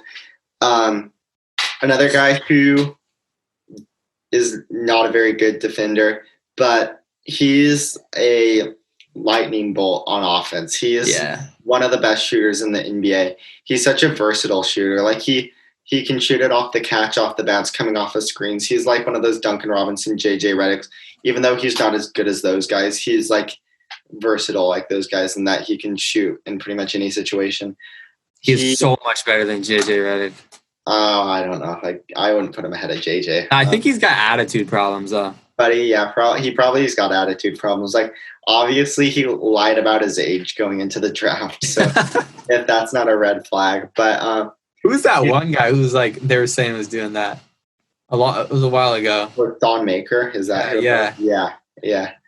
And people are saying he's 40 now, but anyway, Buddy's comfortable putting it on the ground too. And even though that's not his forte and he's not the best around the rim, just having that sort of extra bit of versatility and dynamism is an added bonus, especially for a guy you're bringing off the bench. And especially for a guy, like we mentioned before, the Kings don't have a lot of great offensive weapons coming off their bench. So every little bit of production they can squeeze out of Buddy Hield is a big deal. So, I'd put him at number 22. I think he's a very good offensive player, but there's just not a whole lot else. I feel that. Anthony Davis, I would also take over Steph Curry, just saying. Ooh, wow. I think we're going to get a conclusive answer to that before the end of the season. I think the playoffs are going to kind of make or break Anthony Davis. We're going to learn a lot about him. That's true, because he hasn't really been in an actual winning situation before. So yeah. And for my taste so far this season, I think obviously it's the regular season, can't take a whole lot out of it. He's been a little bit passive for me. I feel like that makes sense though, because he's never been by himself always. And and he's playing with one of the best players of all time. But I'd like to see him player of all time. I'd kind of see him to be maybe a little bit more selfish, a little bit more authoritative. And he totally could be. LeBron wouldn't have a problem with that. Yeah, of course. Yeah, I think you're right. And AD's just a matchup nightmare, so he's got to take it. Oh yeah, dude. Yeah. You have, Yusuf Nurkic, and then coming off the bench, Hassan Whiteside. Blazers are a problem. The Lakers don't match up well against us. That's if we had a healthy Ariza and Hoodie, I think we could win it all this year. Mm-hmm. I think so. So number 24 on my list, we've touched on this guy before. Huge drop-off this year. Very disappointing. One of my favorite players, Lou Williams. He's so much better than JJ Redick. Dude, you can't tell me that you're taking JJ Redick over Lou Williams. On most teams, I'm taking JJ Redick over Lou Williams can give you a game winner. Oh, JJ Redick can give you a game. No, he can't. No, he can't. Because he can only give you a game winner if someone else creates the shot for him, in my opinion. Yeah, that's true. Yeah. Yeah, that's a good Williams can create a game winner and hit it. He can create a game winner off the bounce. But the thing is, okay, let's just do it in context of the Clippers this year. Here's a question for you, Shannon. Do you think, obviously who knows right now, because, Lou Williams has only played a couple of games and he's looked shaky, but let's say he's back to his best form of this season by the time we get to the playoffs. If you're Doc Rivers, do you have him in your closing lineup?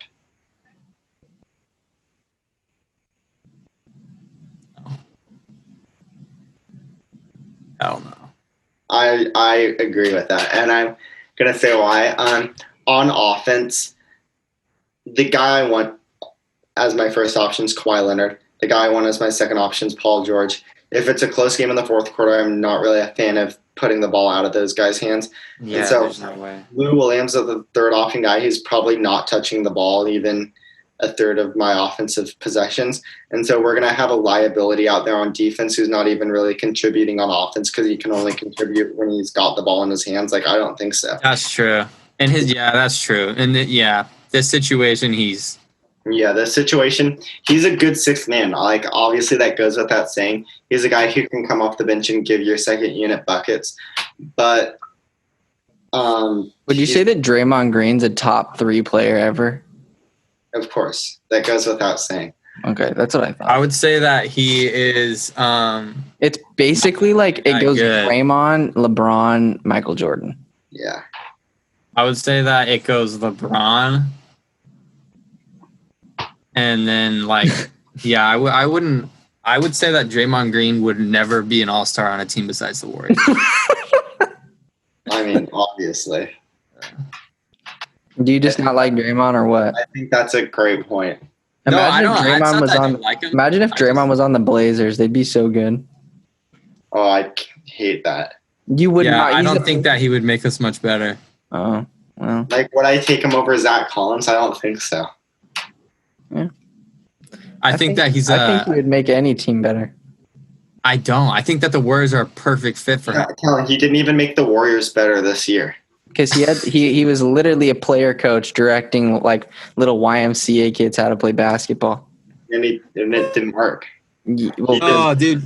If he was a true all-star, he would be able to carry some weight. That's actually not. I mean, I don't think that's true per se. You need a lot more than just one all-star to make a team good.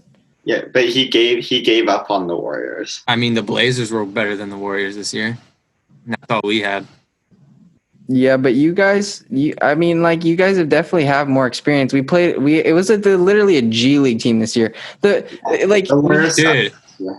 Dude, we had bombs. Don't even compare the Blazers season to the Warriors. So that's not even fair. We had Amari Spellman playing big minutes. Yeah, we started Anthony Tolliver at center. Yeah. I don't think it's comparable, though. Yeah, dude. Anthony Tolliver, I don't know how he ever made it to the NBA, dude. Yeah. Maybe he'll get his revenge if the Grizzlies end up playing us in the playing game, but he'll never get any revenge, dude. He's supposed to be a 3-and-D guy, and he can't shoot threes. Or defend. No, he's so bad. He's a traffic cone on defense. Actually, yeah, and dude, I hated him so. He single-handedly allowed Furkan Korkmaz to hit the game winner against us that one time because he butchered the switch on the screen so badly and just got stuck in no man's land. Yeah. So anyway, yeah, Lou Williams, number 24. Number 25 is a guy who I think is more of a point guard. Oh wait, no, yeah, Kellen, I don't. Obviously, the Warriors were way more screwed than the Blazers. Oh, 110%. Yeah, I was just kind of talking out. Number 24 or number 20. Number 25 is a guy who I think is actually a point guard, but he played shooting guard this year. I didn't include him on this point guard list I did last time, so I figured I might as well give him a shout out here. And that's Terry Rozier of the Charlotte Hornets. Forgot about him. Yeah, and Dude, yeah, I know. I really like him, but I thought he was a point guard. Yeah, and you're right. He's a point guard. But since Devontae Graham played point guard for the Hornets this year, I didn't include Terry then. And since I forgot to include him then, I just decided I'd give him a shout out in the shooting guard video. But I loved him on the Celtics. He was really good. He's an underrated offensive player. He's a great shooter. He doesn't bring too much more to the table. Yeah, he doesn't. Who's he on right now? He's on the Hornets. Yeah, he's on the Hornets. Yeah. He probably does. Does he not play a lot? No. No, he does. Yeah. Never mind. My bad. Kemba's on the Celtics. He low-key got a bag, didn't he?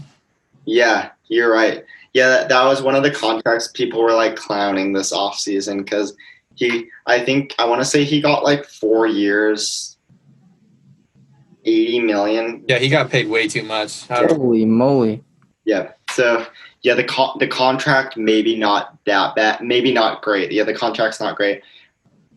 But I like Terry Rozier. He's a good scorer. He's got a knack for and this is something I talked about a lot last time that I liked in point guards. He's got a knack for the clutch moments. He can knock down shots.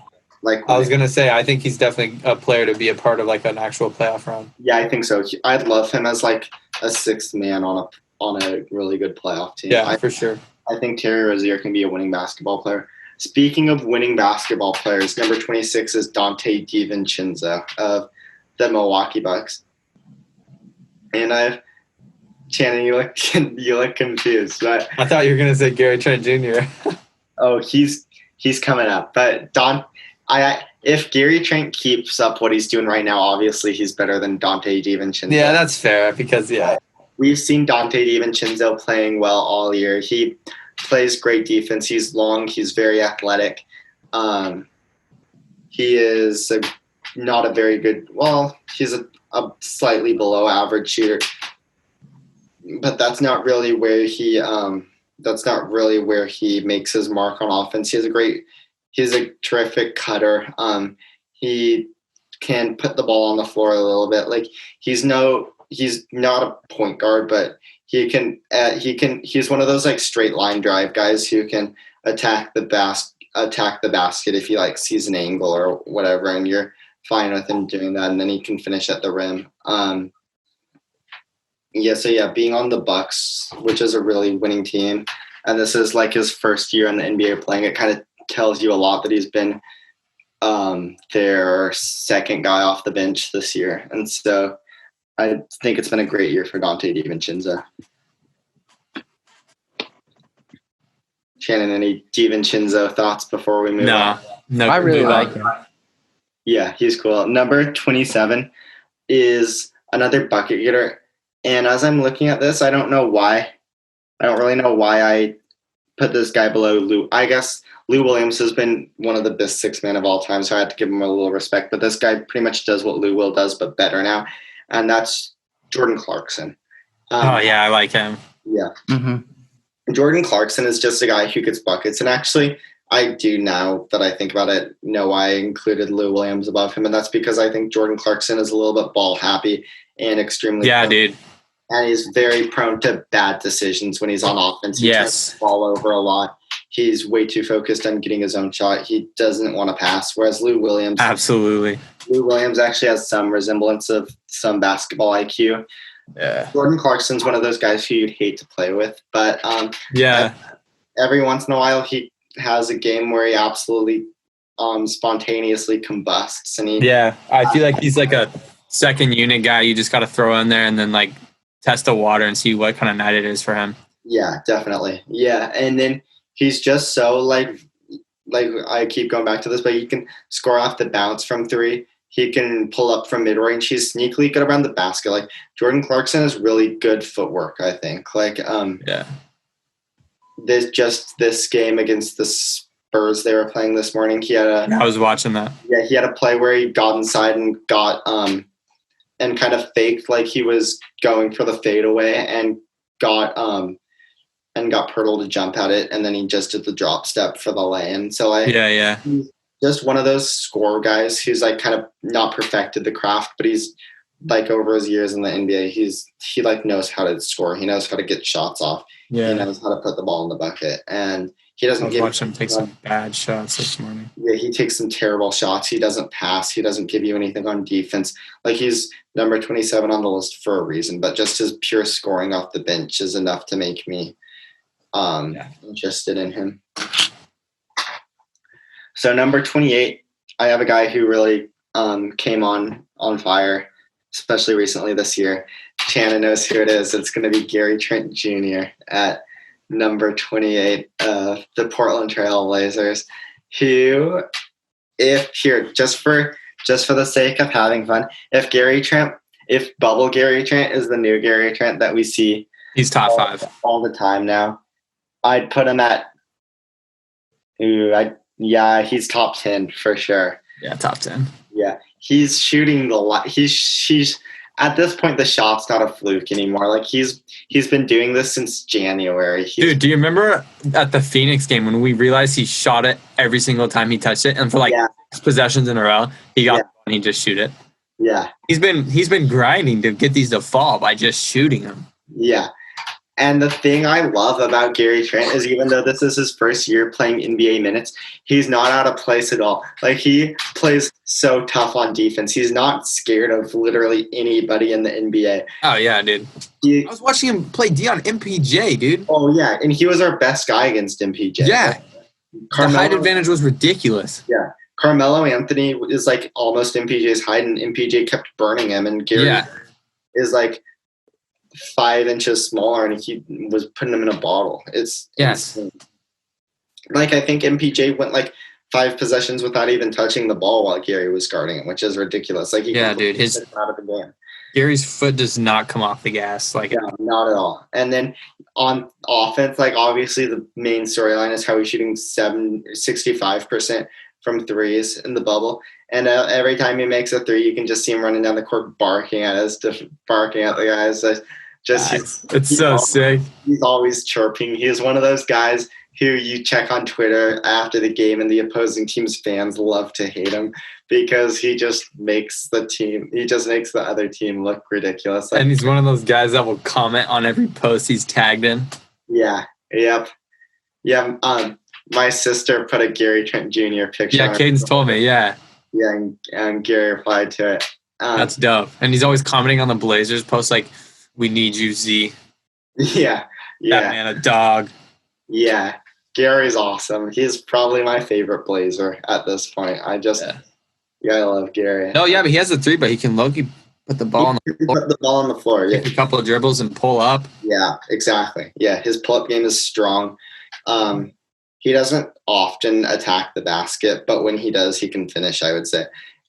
He's a good cutter. I think that's the main reason why I say he can finish. He never really takes contested shots at the rim, but he's good at getting easy shots. Yeah, he'll pick them up, yeah. And like, I want to see him play because I've never seen him play, and Jonah just raves about him. 10 a.m. tomorrow, baby. Yeah, 10 a.m. against the Clippers. Should be a tough play in the morning? Sick. Yeah, it's going to be a tough game for us. I don't like the matchup against the Clippers, but maybe they'll have their foot off the gas. Like, you think they can actually? Are they resting anybody? Montrezl Harrell's out, and obviously Montrezl Harrell's out, and Patrick. What happened to him? What's that? What happened to Montrezl? His grandma died, and so he's left the bubble to go to the funeral. Oh, that's awful. Dang, dude, why can't they rest PG or Kawhi? I know. Yeah, that's what I'm saying. I wish. They rest them all the time, dude. Yeah, maybe they'll be on like a minutes restriction or something. Otherwise, I don't like the Blazers matchup for either of those guys. Not at all. We need Ariza. That's what I'm saying, yeah. Did you see the thing where Ariza's custody dates got changed, and so he's like having his daughter later in the year, but he just can't come back to the bubble now because he's not. Are you kidding me? Yeah, so he's not even. Dude, why? He's not even with his kid anymore. Are you kidding me? He could literally just come and like sit in his room for 2 weeks. Yeah, I mean that it's the NBA's rule, but it's stupid. That is ridiculous. You just test him when he gets there. If he doesn't have it, you let him in, and he's in his room for 2 weeks, and then he's. Yeah, it's dumb. You don't want us to win the championship is the problem. Yeah. You don't want us to win the championship because we can stop Anthony Davis. We have Ariza. We have someone to contest LeBron. Yeah, I like the way we match up with the Lakers regardless, but I think the Clippers are a problem for us. But I think we'll learn a lot tomorrow. Dude, oh my gosh, that makes me so mad. Yeah. Yeah. That is cheese. What was the issue? He only had custody of his kid for 1 month out of the year, and it happened to be while the NBA was going to Orlando, so he decided to stay home to be with his kid instead of going to Orlando to be with the team. But then for some reason, his custody dates got changed, and so now he doesn't even get his kid, and he is not with the team. So he just kind of got screwed. Wow. Dude, he is such a big part. Yeah. That makes me. I wish I didn't know that. Sorry. Yeah, me too. I just read about it today, but it's a bummer. Dude, anyway, we wouldn't even ever have to think about putting Mario Hezonja in. Yeah, I know. I would be in. I want to see because did you hear about Hassan being out tomorrow? Really? Yeah, so we're gonna have to add someone new into the rotation. I hope it's not Mario, because obviously Mario's been getting less and less playing time recently because he's basically been benched for Anthony after the first couple of games. I hate Mario. I'd love to see Nazir or Winian in tomorrow instead of Mario. Hopefully. Same, dude. Mario sucks. Yeah, preferably Nazir. Are you more of a Nazir or more of a Winian guy? Definitely Nazir. Yeah, me too. Yeah. Yeah, Mario Hezonja sucks, dude. I don't know how he... Yeah, he's bad. Yeah. Moving on. Caleb was shitting on him. I'm glad we gave him a player option so we can have one more year of him after this. But anyway. Yeah, there's a $3 million player option on his contract, so that's good. He's not leaving anytime soon. So number 29 on my list is a guy who absolutely caught fire post-trade deadline on his new team, and that's Malik Beasley, now of the Minnesota Timberwolves, formerly of the Denver Nuggets. Malik is not we don't really know. I don't really know whether or not to trust it yet, just because it was so stark, his rise in points per game. I think he went up to 24 points per game post-trade deadline when he was on the Timberwolves, and most of that was just because he's an elite three-point shooter, elite catch-and-shoot three-point shooter. The Nugget or the Timberwolves offense is just going to be so dangerous next year when you combine D'Lo, Karl Anthony Towns, and now you add an awesome three-point shooter to that mix. That's just kind of a scary bunch to try and have to defend. He averaged 20 with the Timberwolves on 47% shooting. Yeah, it's just ridiculous. And then when you combine that with two awesome offensive players in Cal and D'Lo, it's going to be an interesting team next year. I doubt he keeps up 20 points on 47% from beyond the arc. Dude, he did shoot 47% in 2018. He's been the only year he was below 40 was 2000, with Denver in 2019. Wow, yeah, he's a sniper. He doesn't give you a whole lot defensively. He might be a little bit undersized, I guess, for a small forward. What's his weight, Channon?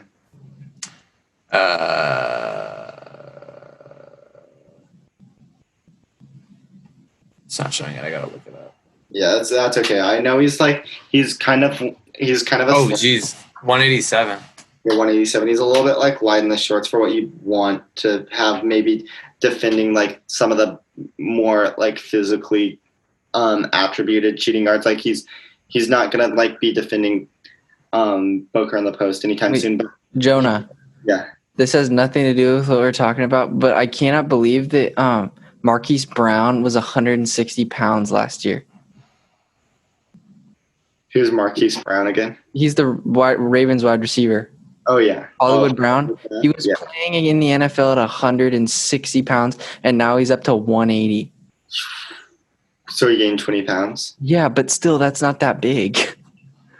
But the fact that he was 160 pounds and getting hit by full-grown men, that's incredible. That's almost like me getting hit out there. Yeah, that is literally insanity. Yeah, it's crazy. Yeah. Number 30 on my list is a guy who's another one. We've touched on a few of these guys, just sort of off the bench, microwave score type guys. Terrence Ross of the Orlando Magic. He's a real hit or miss. At this point, we're getting into guys who you don't exactly always know what you're going to get from him. He's good sometimes, though. He's good sometimes. When he's got it, he's got it. Like, he's the type of guy who can knock down 4 threes in a row. Yeah. He gets to the basket. He's got good athleticism. He's a slightly above average finisher. He's a pretty good at pulling up from the mid range too. So yeah, he's really athletic. He can dunk it. Yeah. Hasn't he made the dunk contest before? Yeah. Yeah. So like he's just a good, like, one of those good offensive players to bring off your bench, I guess. Yeah. Not too much more to say about Terrence. All right, I gotta pee. Okay. We're getting to one of Kellen's favorite guys, so maybe me and Kellen can hold it down for number 31. And that is Seth Curry. Yeah, Seth Curry's sick. Yeah. He's one of those guys where you can't ask him to do too much just because he's so small. He was on the Blaze Turds last year, right? He was on the Blazers last year. He can't do too much just because of his height is limiting and his weight's limiting. He's not one of those guys who... Yeah, you're right. He's he gets when he gets heated up, he's rolling. Oh yeah. Yeah, he can't take the ball inside the 3-point arc, but from outside, he's about as good of a 3-point shooter as you're going to find. Like, he's been leading the league, or he's been one of the guys leading the league in 3-point percentage for the past couple of years. He's consistently touching or above 40% from the arc, which is just Who's he on right now? The Mavericks. Yeah, okay. He's been around the block, right? Oh yeah. Didn't he get drafted by the Warriors? I don't remember. What are we talking about? Did Seth get drafted by the Warriors? Did who? Seth Curry? Yeah. I think so. And then he went to who after that? He's been around. I think he went. No, I think he just went Mavericks and then Blazers and then Mavericks, right? Oh, okay. He's been in the Mavericks twice. Okay, that's right. Yeah. And yeah, so obviously, like, the 3-point numbers kind of speak for themselves. Like, he's one of the best shooters in the NBA. He's consistently touching or above 40%. He's not, obviously, his size limits what he can do on defense. He's got good enough hands, though. He's a guy who gets steals a lot. Yeah, he does get some steals. He was undrafted, actually. Yeah, he was undrafted, but he spent a lot of time in the G League, too. He played for the Warriors G League team, and so they probably called him up. He was he scored it. He was a bucket in the G League. He was so good back in the G League. But yeah, in the NBA, he's nothing more than a guy who he's not even as dynamic as a 3-point shooter. It's like a JJ Redick or Duncan Robinson. Like, he's not a guy who really can run off. Is Damian Lee on your list? Damian Lee was a honorable mention. Oh, okay. But yeah, Seth Curry, he's got one insane skill, but the rest of the game has so many holes in it that it's hard for me to rank him too much higher than 31. Number 32 is a guy who I kind of like Trae Young. Yeah, Trae's got some holes, but I love Trae too much. I don't like Trae. Jonah loves some Trae Young. I know you don't like Trae, but what would you say if I told you I had him as my 5th best point guard in the NBA? I would say that's an absolutely horrible take. Yeah. Yeah. Speaking of horrible takes, because this might be another one for me, this is a guy who I sort of like the theory of this player, but he just left a bad taste in my mouth this year. Like, I don't know what was wrong with him, but he just kind of had such a bad season. I don't really know what to make of it. And that's Josh Richardson of the Philadelphia Sixers. He's got so much skills. Like, he's 6'5", that's good size. He's athletic. He's able to put the ball on the floor. Like, in theory, he's a good shooter. He's he seems to be the full package, but this year he shot below league average from 3. He took bad shots from mid-range, and those, when you combine those two things, what you've got is a below average shooter, and he's not really a playmaker. So is he with the Sixers right now? He's still with the Sixers. So he's kind of a net minus on offense, at least for the Sixers this year. He was a net minus. He went bum mode. He was good with the Heat. Yeah, he was good. He was like a rising star with the Heat, and then this year for some reason it wasn't working for him. And then on defense, like from the eye test, he passes. Like he stays in front of his guy. He's got quick feet. He's physical enough. And then I went and looked at his numbers today, and I was surprised to find out that like the defensive analytics and stuff all rate him as a below average defender. And so I don't know how much of that I necessarily like. I don't know how much of that I trust, because like I feel like he could be a good defender, but apparently he wasn't. And so, and he is there. It should be mentioned, he's the Sixers' point of attack defender. Last year, the Brett Brown would use Ben Simmons on a lot of the best opposing guards, and this year he more put Ben Simmons on forwards and put Josh Richardson on guards. Obviously, that's because Jimmy Butler is no longer there, so Ben Simmons kind of had to pick up that slack. But Josh Richardson struggled against the best guards in the NBA.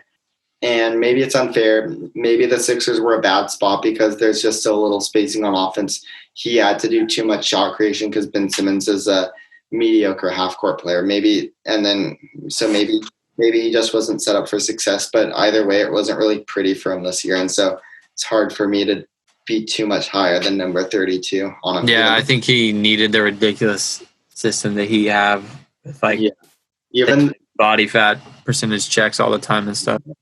Even though I like some of the tools that are there with Josh, it was just too disappointing of a season for me to ignore. Yeah. Number 33. Let me double check. Unless you want to count guys like Gary Trent or Dante DiVincenzo, who didn't play their rookie year barely. This is the first actual rookie on my list, and that's Toronto Raptor rookie Terrence Davis, who I have been very impressed with this year. He's a great shooter. He's a great cutter. Those are his two attributes on offense. You can see with Terrence Davis, he's the type of guy with the confidence who would like to be a more ball-heavy offensive player, but that really hasn't been a part of his game yet, thankfully. But the three-point shooting and the cutting have both been very good weapons for the Raptors offense. Defensively, opposite of kind of Josh Richardson, who played the tough assignments, Terrence really hasn't gotten his shot on the best defenders in the league yet. Or best offensive players in the league yet, but he's done a very good job. He's an analytics darling on that end of the floor, opposite of Josh Richardson. And part of that is because Nick Nurse is just, in my opinion, the best coach in the league, and he just throws a lot of crazy defensive systems out there. Yeah, dude. And he runs like insane zones and just all sorts of stuff you don't really see. And so maybe Terrence Davis is just a beneficiary of that. But either way, impressive rookie campaign for Terrence this year. For sure. What do you guys think of Terry Stotts as a coach? I like him. Yeah, I like him. I don't necessarily think he's the most imaginative coach. Yeah, that's what I was going to say. Is I feel like sometimes I wish he would kind of experiment a little more. Yeah. But I think it's hard to it would be hard to replace the relationships he's built with like Damon. Yeah. So I definitely don't think it would be worth it to try to. Yeah, for sure. Yeah. I think we're kind of stuck with him, which I don't think is a bad thing because I like Terry. I think we can win with him. Yeah. Yeah. Definitely not a coach who will hold the team back from winning. No. So number 34, I have a guy who's been injured recently, been fighting injuries all year actually, but is still a very solid two-way player, and that's Eric Gordon of the Houston Rockets. He obviously is a guy. Eric Gordon? Yeah. Oh, wait, he's been injured most of the year? Yeah. Okay, I was going to say. He should have been. I totally forgot about him. He's really good. And he's a guy who, even when he hasn't been injured this year, he's still been somewhat disappointing. For some reason, the three ball has just left him this year, and he used to That's like the biggest part of his game. Yeah, that he obviously 3-point shooting champion at a point in his career, but they haven't been falling from this year. Maybe he gets it working again next year. I think for a guy who's fighting injuries and for a guy whose legs aren't what they used to be, this switching rocket system where everybody has to be giving 110% effort at every moment, I don't really think it's the best fit for him. Having all you can eat wide open corner threes, that seems like it should be good for him. But I mean, like I said, they haven't been falling. Basically, a washed up trash NBA player is probably going to get dropped and no one else is going to sign him.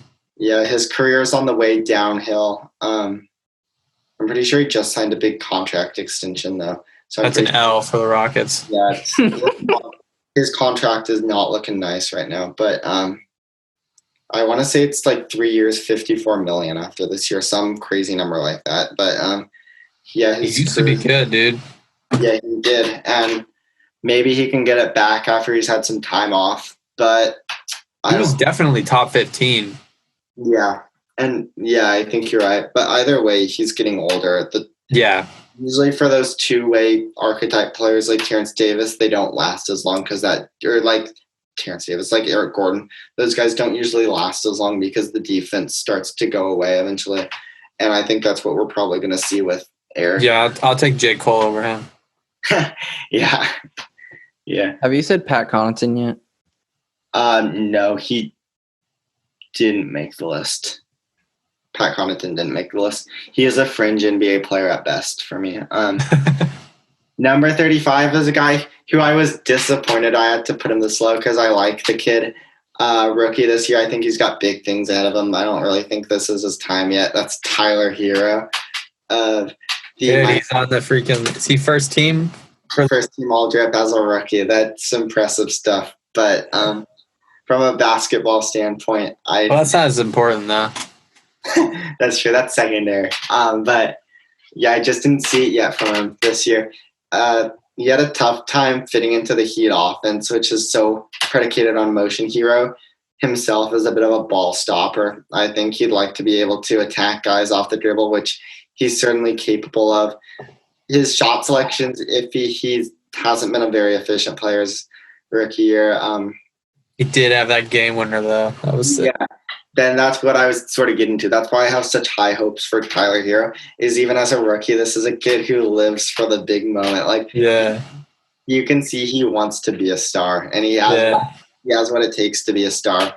You can tell by his first team ball drip. Sure, yeah, he's got a lot of confidence, a lot of swag. He doesn't shy away from big shots. He likes to have the ball in his hands. He likes to take the tough shots. They didn't fall as much as you'd like to see him fall this year, but I think he's a guy who's going to improve and work his way up this list. Did you say pretty quickly? Did you say Malik Monk? Malik Monk? No, I'm trying to see if he wasn't even an honorable mention for me. I think. Oh, really? Yeah, I think he's on his way out the door. At 22. Yeah, he's just been so bad. And now with the PED suspension, it just kind of feels like it's not going to come together for him, which is too bad. I thought he was low-key solid. Yeah. This year? Or in general? In general.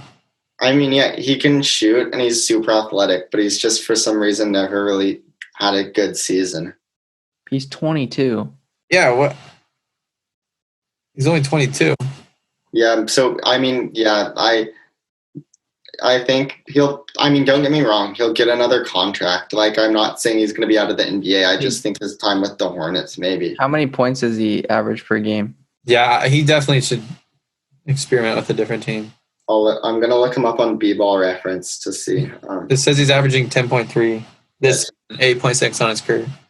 Yeah, he's averaging 10.3 on 28% from beyond the arc, 43% total. Ugly from behind the arc. Yeah. 1.4 turnovers compared to 2.1 assists. So he shoots 82% from the line, which gives you hope that the offense could improve. Let's see what his defensive plus minus is. That's usually a good one for defense, I think.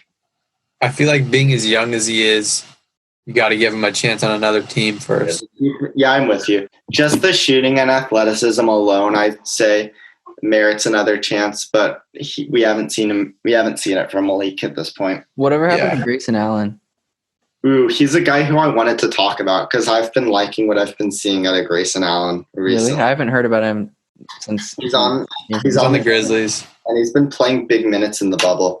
Because D'Anthony Melton hasn't really been playing very. And also Grayson's been taking some of those minutes, and I like him a lot. He's a shooter, and he tries hard, which goes a long way. Wait, what does he do again? Did he? He just kicks people in the nuts and stuff like that. Yeah, he's a casual. He's not a one-time offender though. Like it's happened. No, yeah. Yeah, he does. That's part of his game. Yeah. Kellen, do you actually want me to keep going, or should I just rattle off the last 10 guys at this point? Bro, you can do whatever. This is your show. Okay, it's called Jonah's NBA Talk, bro. We've come this far. We might as well just go 10 more. And so I low-key want to hear, like, really quick, who are the top 10 point guards you had? Okay, yeah. Let's get back to my point. I think I can just say this off the top of my head. So a little intermission.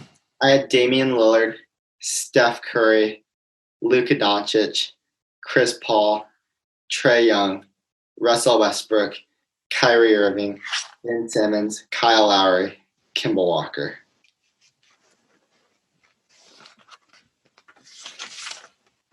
I obviously had Steph at number one. That's pretty good. I like that. I don't like Trae Young. Yeah, I know. I knew you wouldn't like Trae. I know. What was mine, Jonah? Shoot. I had. I think you gave one. Oh wait. Yeah, I did. I only gave 5. Oh, you I think it was Steph, Dame, Chris Paul, Russell Westbrook, and then Ja. Oh yeah, that's a good list. Ja at 5. I don't know. I think you can make a debate. Who knows? Jonah had Luka in there. Ja Morant is trash. Yeah. Yeah, Ja's gonna get up there, but I don't think he's quite that good yet. Yeah. I think that Trae Young is also trash. Yeah, I know you do. Hey, what's yours? I think he sucks, and I think he is essentially Zach LaVine, but he's a point guard. Oh, wow. Hey, wait, what is yours? That's a bold statement. Mine would be Dame, Steph. Just based off this season, or like you think Dame is better than Steph in general? I think Dame's better than Steph. Okay, well, Jonah doesn't. Jonah just thinks just because Steph didn't play this year, Dame's better. I think Dame's better than Steph. Dame was by a hair. Just because Dame can attack the basket. Anyway, Dame was catching up to Steph, then Steph missed this entire year, and Dame had the best year of his career. So yeah. I just don't get. I mean, like I understand that Dame's super good, but like Steph's just so freaking good, though. Like I don't like. I know that it's like I don't know. I guess it's good that there's like someone else that's that close that you can compare to, but I feel like Steph is just. I don't know. There's just something different, dude. So mine would be Dame, Steph. I think I like Luka at 3. If I had to put Luka in there, because I would definitely probably push everything down after. I think I'd put Luka at 3, Chris Paul 4, and then Russell at 5. I think I would go Luka 3, Chris Paul 4. Who did you say 5? I put Westbrook. Hell no. But he is pretty. I mean, like he is like. I mean, Jonah obviously has his opinions, but like Russell's pretty good though. Yeah, I had to go on a Russ rant during the last one. And I agree with it. I don't really like him that much, but he is pretty crazy, explosive, and athletic. I know, but for some, I would never, ever, ever want him to run my team. No. Yeah, that's exactly what Jonah was. Jonah's like, if you have to completely change everyone around you and get rid of one of your best players in Clint Capella just to like fit him in your offense, something's wrong with him rather than like the Rockets. Yeah, I can tell you 5 players that I haven't named that I would take over Russ Westbrook. Kemba Walker, Kyle Lowry, Kyrie Irving, Ben Simmons. I wouldn't take Kyle Lowry just because he's older. Would you take Trey over Russ? No. Wow. Is it Trae Young sucks? Is it all because of his defense? Yes. The only thing he does is just shoot crazy shots. Like At least Russell Westbrook gets rebounds until he's on a good team. He's well-rounded offensively. He's an amazing passer too. Russell Westbrook gets rebounds though, right? Yeah, but Trey's stat chases. Trey is one of the best point guards in the pick and roll too. I just have to see him on a better team first. That's fair. I think we're gonna learn a lot about him when we see him with Clint Capella. I think that'll be an amazing fit for both of them. I think you could put an argument Draymond Green is like a top point guard too. Like just like passer, bring the ball up the court, just like a facilitator. I think you could put an argument that Mario Draymond Green would struggle for minutes if he never played for Warriors. I think if John Wall played, he would have been up there. Oh yeah, for sure. If John Wall played, he's in my top 5. Yeah, I love John Wall. Jonah had pretty good. Jonah's lists are pretty accurate, I think. Yeah, Jonah had Kyrie at 6, I believe. I like that. Just because of his attitude issues and health problems. Yeah, but I mean, like, but Chris Paul's just an ageless wonder. Oh yeah, dude. Like he's like really what a point guard should be. Exactly. Like Dame really doesn't fit the idea of a point guard. Who?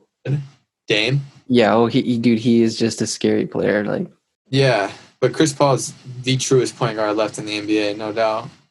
Mm-hmm. Especially like when you take into account like his size and just the way he plays and stuff. For sure, yeah, he slows the game down so much. Mm-hmm. I think Jonah had De'Aaron Fox up there too. I like that. I'm looking at this list right now on Bleacher Report, and they have Ben Simmons at 5, and I don't know how I feel about that. At 5 for point guards? Like top 5 right now in the league. Yeah, I don't know about that. Because he literally, I don't know. He's a big boy though, isn't he? I'd put him top 10. Yeah, definitely. Yeah. Oh yeah, Bleacher Report got Steph Curry at number 1. That's not surprising. I get it. But Dame and Steph are so close. Yeah. But I honestly think, though, there's something to be said that, like, Damian Lillard by himself is definitely more of a threat right now on the Blazers than Steph Curry is by himself on the Warriors right now.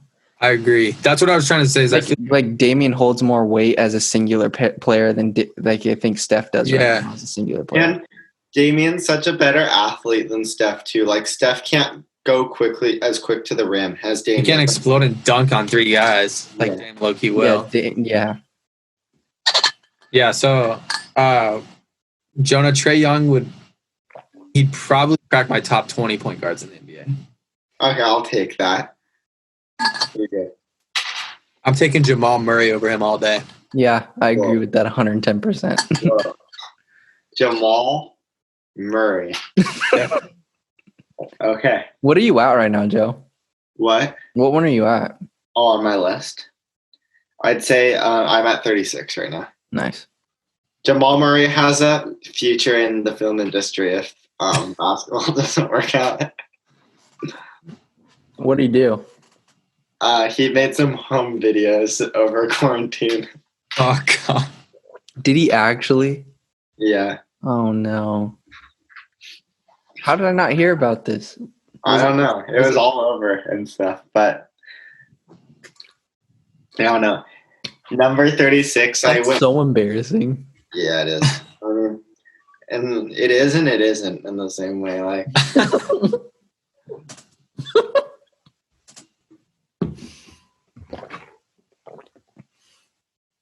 all right, Joe. Yeah, so number. I'd take Mike Conley over Trae Young. Dang. But Mike Conley's crazy. Old. I had Mike Conley in the 20s. But I guess you have Trae Young in the 20s too. So. Yeah, so they just, yeah. Okay. So number 36, I went with Furkan Korkmaz for my shooting guards. Furkan Korkmaz of the Sixers. I don't know who that is. This is like his second year in the NBA. and he had a game winner against the Blazers. He was that guy on the 76ers. What's he look like? How do you even begin to spell his name? Yeah.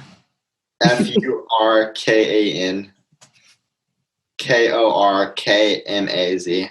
Oh, this guy. Yeah. And so that's trash. He's a shooter. Which was maybe he just looked good in Philly because Philly desperately needed anybody who could knock down a three. But Furkan definitely had a very nice year. Yeah, basically that's what he does. He shoots the ball well. He's not a liability on defense. He's a big. Oh wait, no, he's 6'7". He's like Clay's height. Yeah, but that's great size for a shooting guard though. Mm-hmm. Which is like why, even though he's not athletic, that's kind of why he isn't a liability on defense. It'll be interesting to see how his career develops from now on because he doesn't have there's not a lot there on offense. I think he hit a few floaters over the course of the season, but that's not a part of his game. That's not something he seeks out. So the Sixers have big guards. Yeah, they do. The Sixers are a big team. It'll be interesting to see how they do without Ben Simmons, like if Shake Milton or Hal Neto can step up, but I doubt it. Number 37 is old favorite Wesley Matthews. Wesley Matthews. Yeah. Is he on the Mavericks now, or who is he on? He's on Bucks, right? Bucks now? Yeah. He actually is a starter for him. One of the original 3-and-D players in the NBA. The shot's still there. The defense is kind of waning.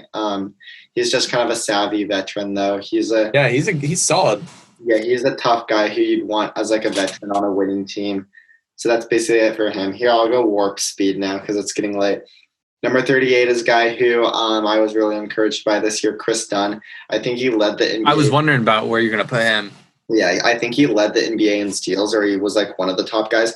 He's just so bad on offense. Like, I don't know how to sugarcoat it. He can't shoot. He doesn't really get to the rim. He doesn't like to play with the ball in his hands. So it's basically like you're playing with four guys on offense when Chris Dunn's on the floor. But he's just one of the best defenders in the NBA. So I had to include him on this list somewhere. Speaking of defenders who can't play offense, number 39 is Gary Harris.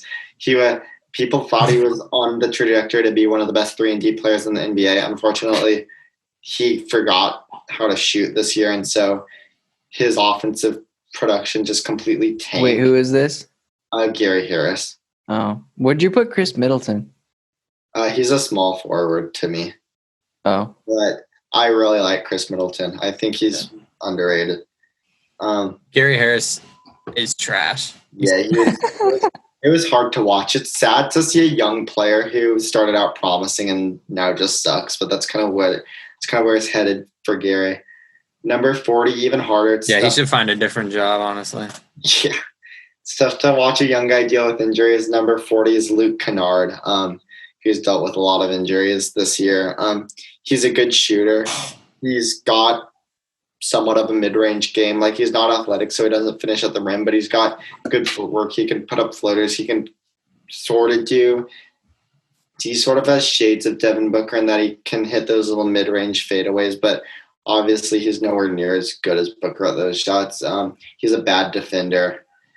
I think if he can stay healthy, he could be an above-average offensive shooting guard, but that really hasn't happened yet. So it's starting to look a little bit iffy for Luke Kennard in Detroit. Number 41 is the guy who replaced. Why they need J. Cole out there, man. That's facts, yeah.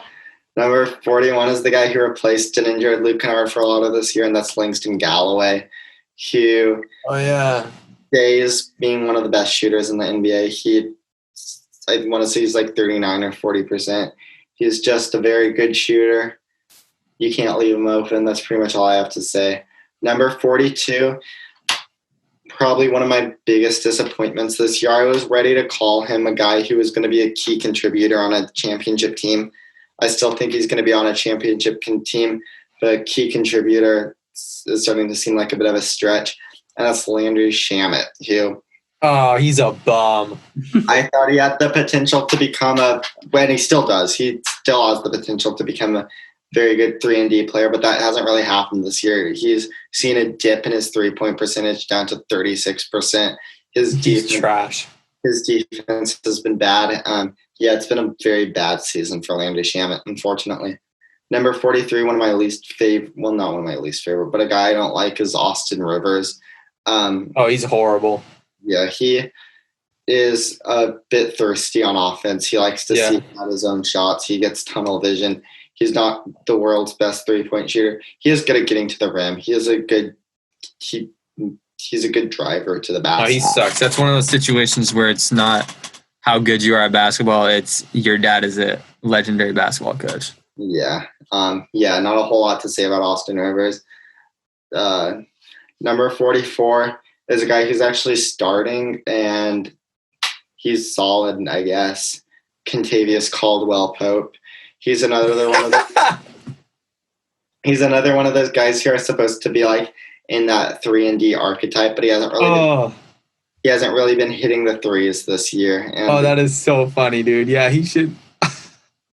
It's so funny how many players have been above him, and that's not even like a bad take. No, yeah, the threes haven't been falling. It's looked bad for him this year. His defense has been fine, but I mean, you're playing with Anthony Davis and Dwight Howard a lot of the time. Like, your team's gonna have a good defense. He's a bomb, dude. Yeah, off in Detroit. Yeah, so KCP, not a lot to say about him. Number 45, former Laker from last year, a guy who's kind of been stranded in New York, Reggie Bullock. I don't know what much to say about him. He can shoot 3. He's got some of the weirdest hair in the NBA. It looks like he has like caterpillars on his head or something. Who? Reggie Bullock. I don't even know who that is. Look him up. Yeah, but either way, I mean, he's a fine NBA player. I think he deserves better than the Knicks. But everyone deserves better than the Knicks. Yeah. I mean, the Lakers didn't bring him back for a reason. There's not a whole lot going on outside of the shot. Wasn't Jordan Clarkson a Laker? Yeah, he was. I think he got drafted by the Lakers. But then him and Larry Nance, I think, were in the same deal to go to Cleveland. Yeah. Oh, yeah, I remember that. But either way, I don't think Reggie Bullock. I'm going to be honest, I haven't watched a lot of Reggie Bullock this season. But is Josh Hart on your list? He's a small forward to me, but I like Josh Hart a lot. My honorable mentions are guys who didn't quite crack the top 45, but I think are interesting for some reason or another. The first one is a guy we've already talked about, Grayson Allen. Was a key part of that Mike Conley trade that sent Mike Conley from Memphis to Utah. He hasn't played a whole lot this year until the bubble, and now he's playing quite a bit, and he's been red hot from 3, and he tries hard on defense. So I think he's going to stick around the league for a while. I like his. He just wants to hurt people. That's why he tries hard on defense. Yeah. Well, whether it's for the right reasons or not, he has corrupt motives. Yeah, he still gives effort. So I think he'll stick around the NBA. I like him. The next guy I wanted to bring up was a guy who I think is more of a point guard, but I didn't mention him in the point guard video, so I'll mention him now, is DeAnthony Melton, who he's basically been benched. Like, he's behind Grayson in the depth chart now for the Grizzlies. He plays good defense. He plays really good defense, but he's just a liability on offense who other teams will leave open. And now that the Grizzlies have lost Jaren Jackson, they are shooting starved. Like, there aren't a lot of people on the Grizzlies who can knock down a 3-ball. So there's just not really room for DeAnthony Melton as a guard who can't shoot threes on the Grizzlies, which is too bad. He had a fine season. A guy who I didn't even have written down, but I'm just realizing I didn't bring him up in the point guard video, and I didn't bring him up in this video either, is Alex Caruso, who I hate. I can't stand. Yeah, he's horrible. Yeah, so here, I guess now that I brought him up, I'm going to go on a mini Alex Caruso rant. Alex Caruso has to be one of the least self-aware people on the planet. Like, obviously, he gets a lot of attention. Obviously, he's on Bleacher Report and all over Twitter every time he makes a dunk.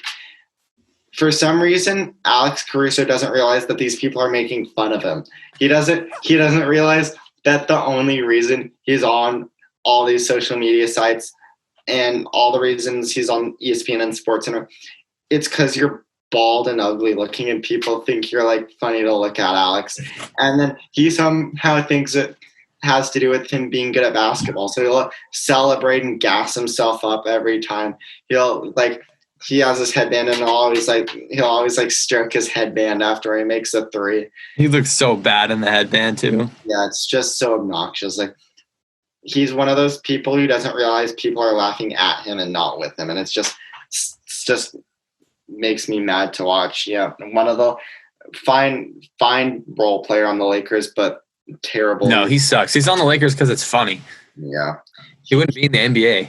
Yeah, the least self-aware guy in the league is Alex Caruso. Another guy who I wanted to bring up, one of the bright spots of the Warriors season, I actually thought this guy was, for some of the Warriors games, their best player, is Damian Lee. He's a guy who can shoot the ball.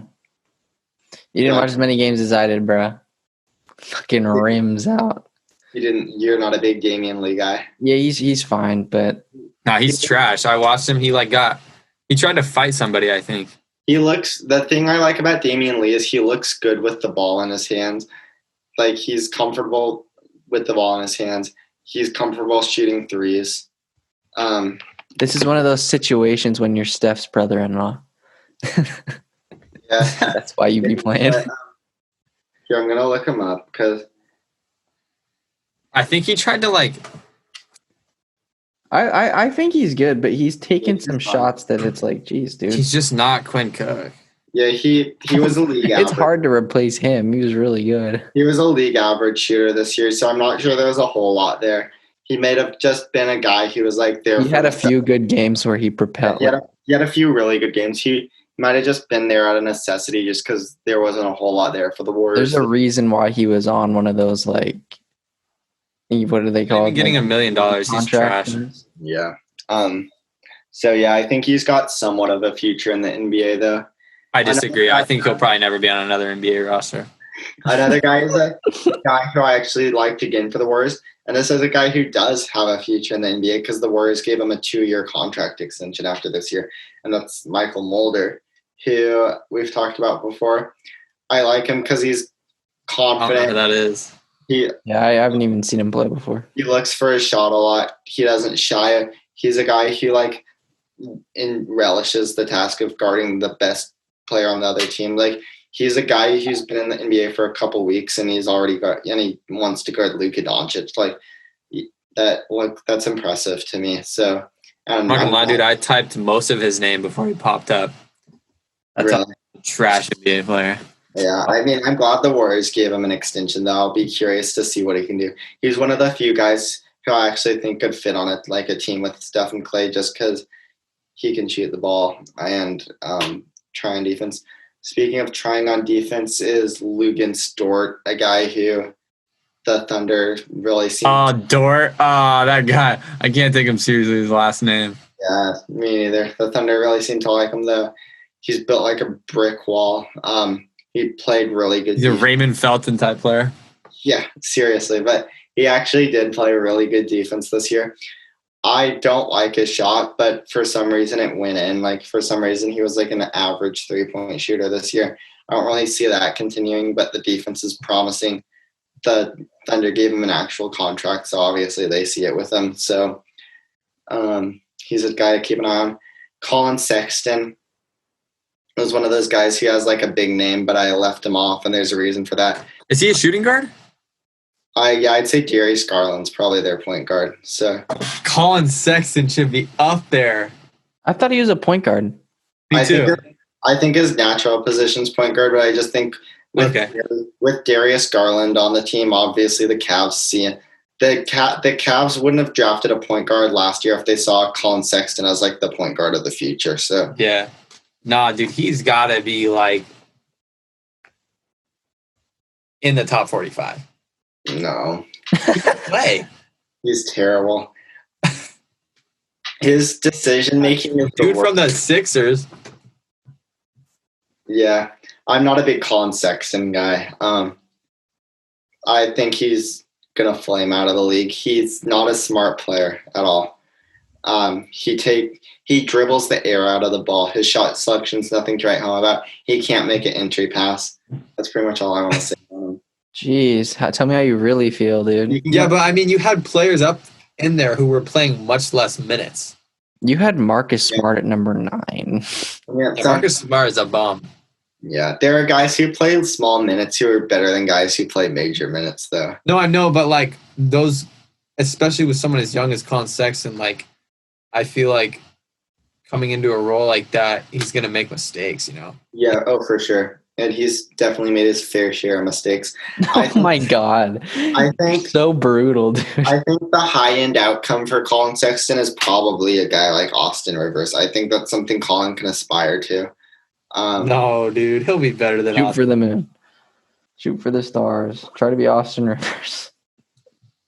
He could be better than that. He's super athletic and really fast. Yeah. He's undersized, though, right?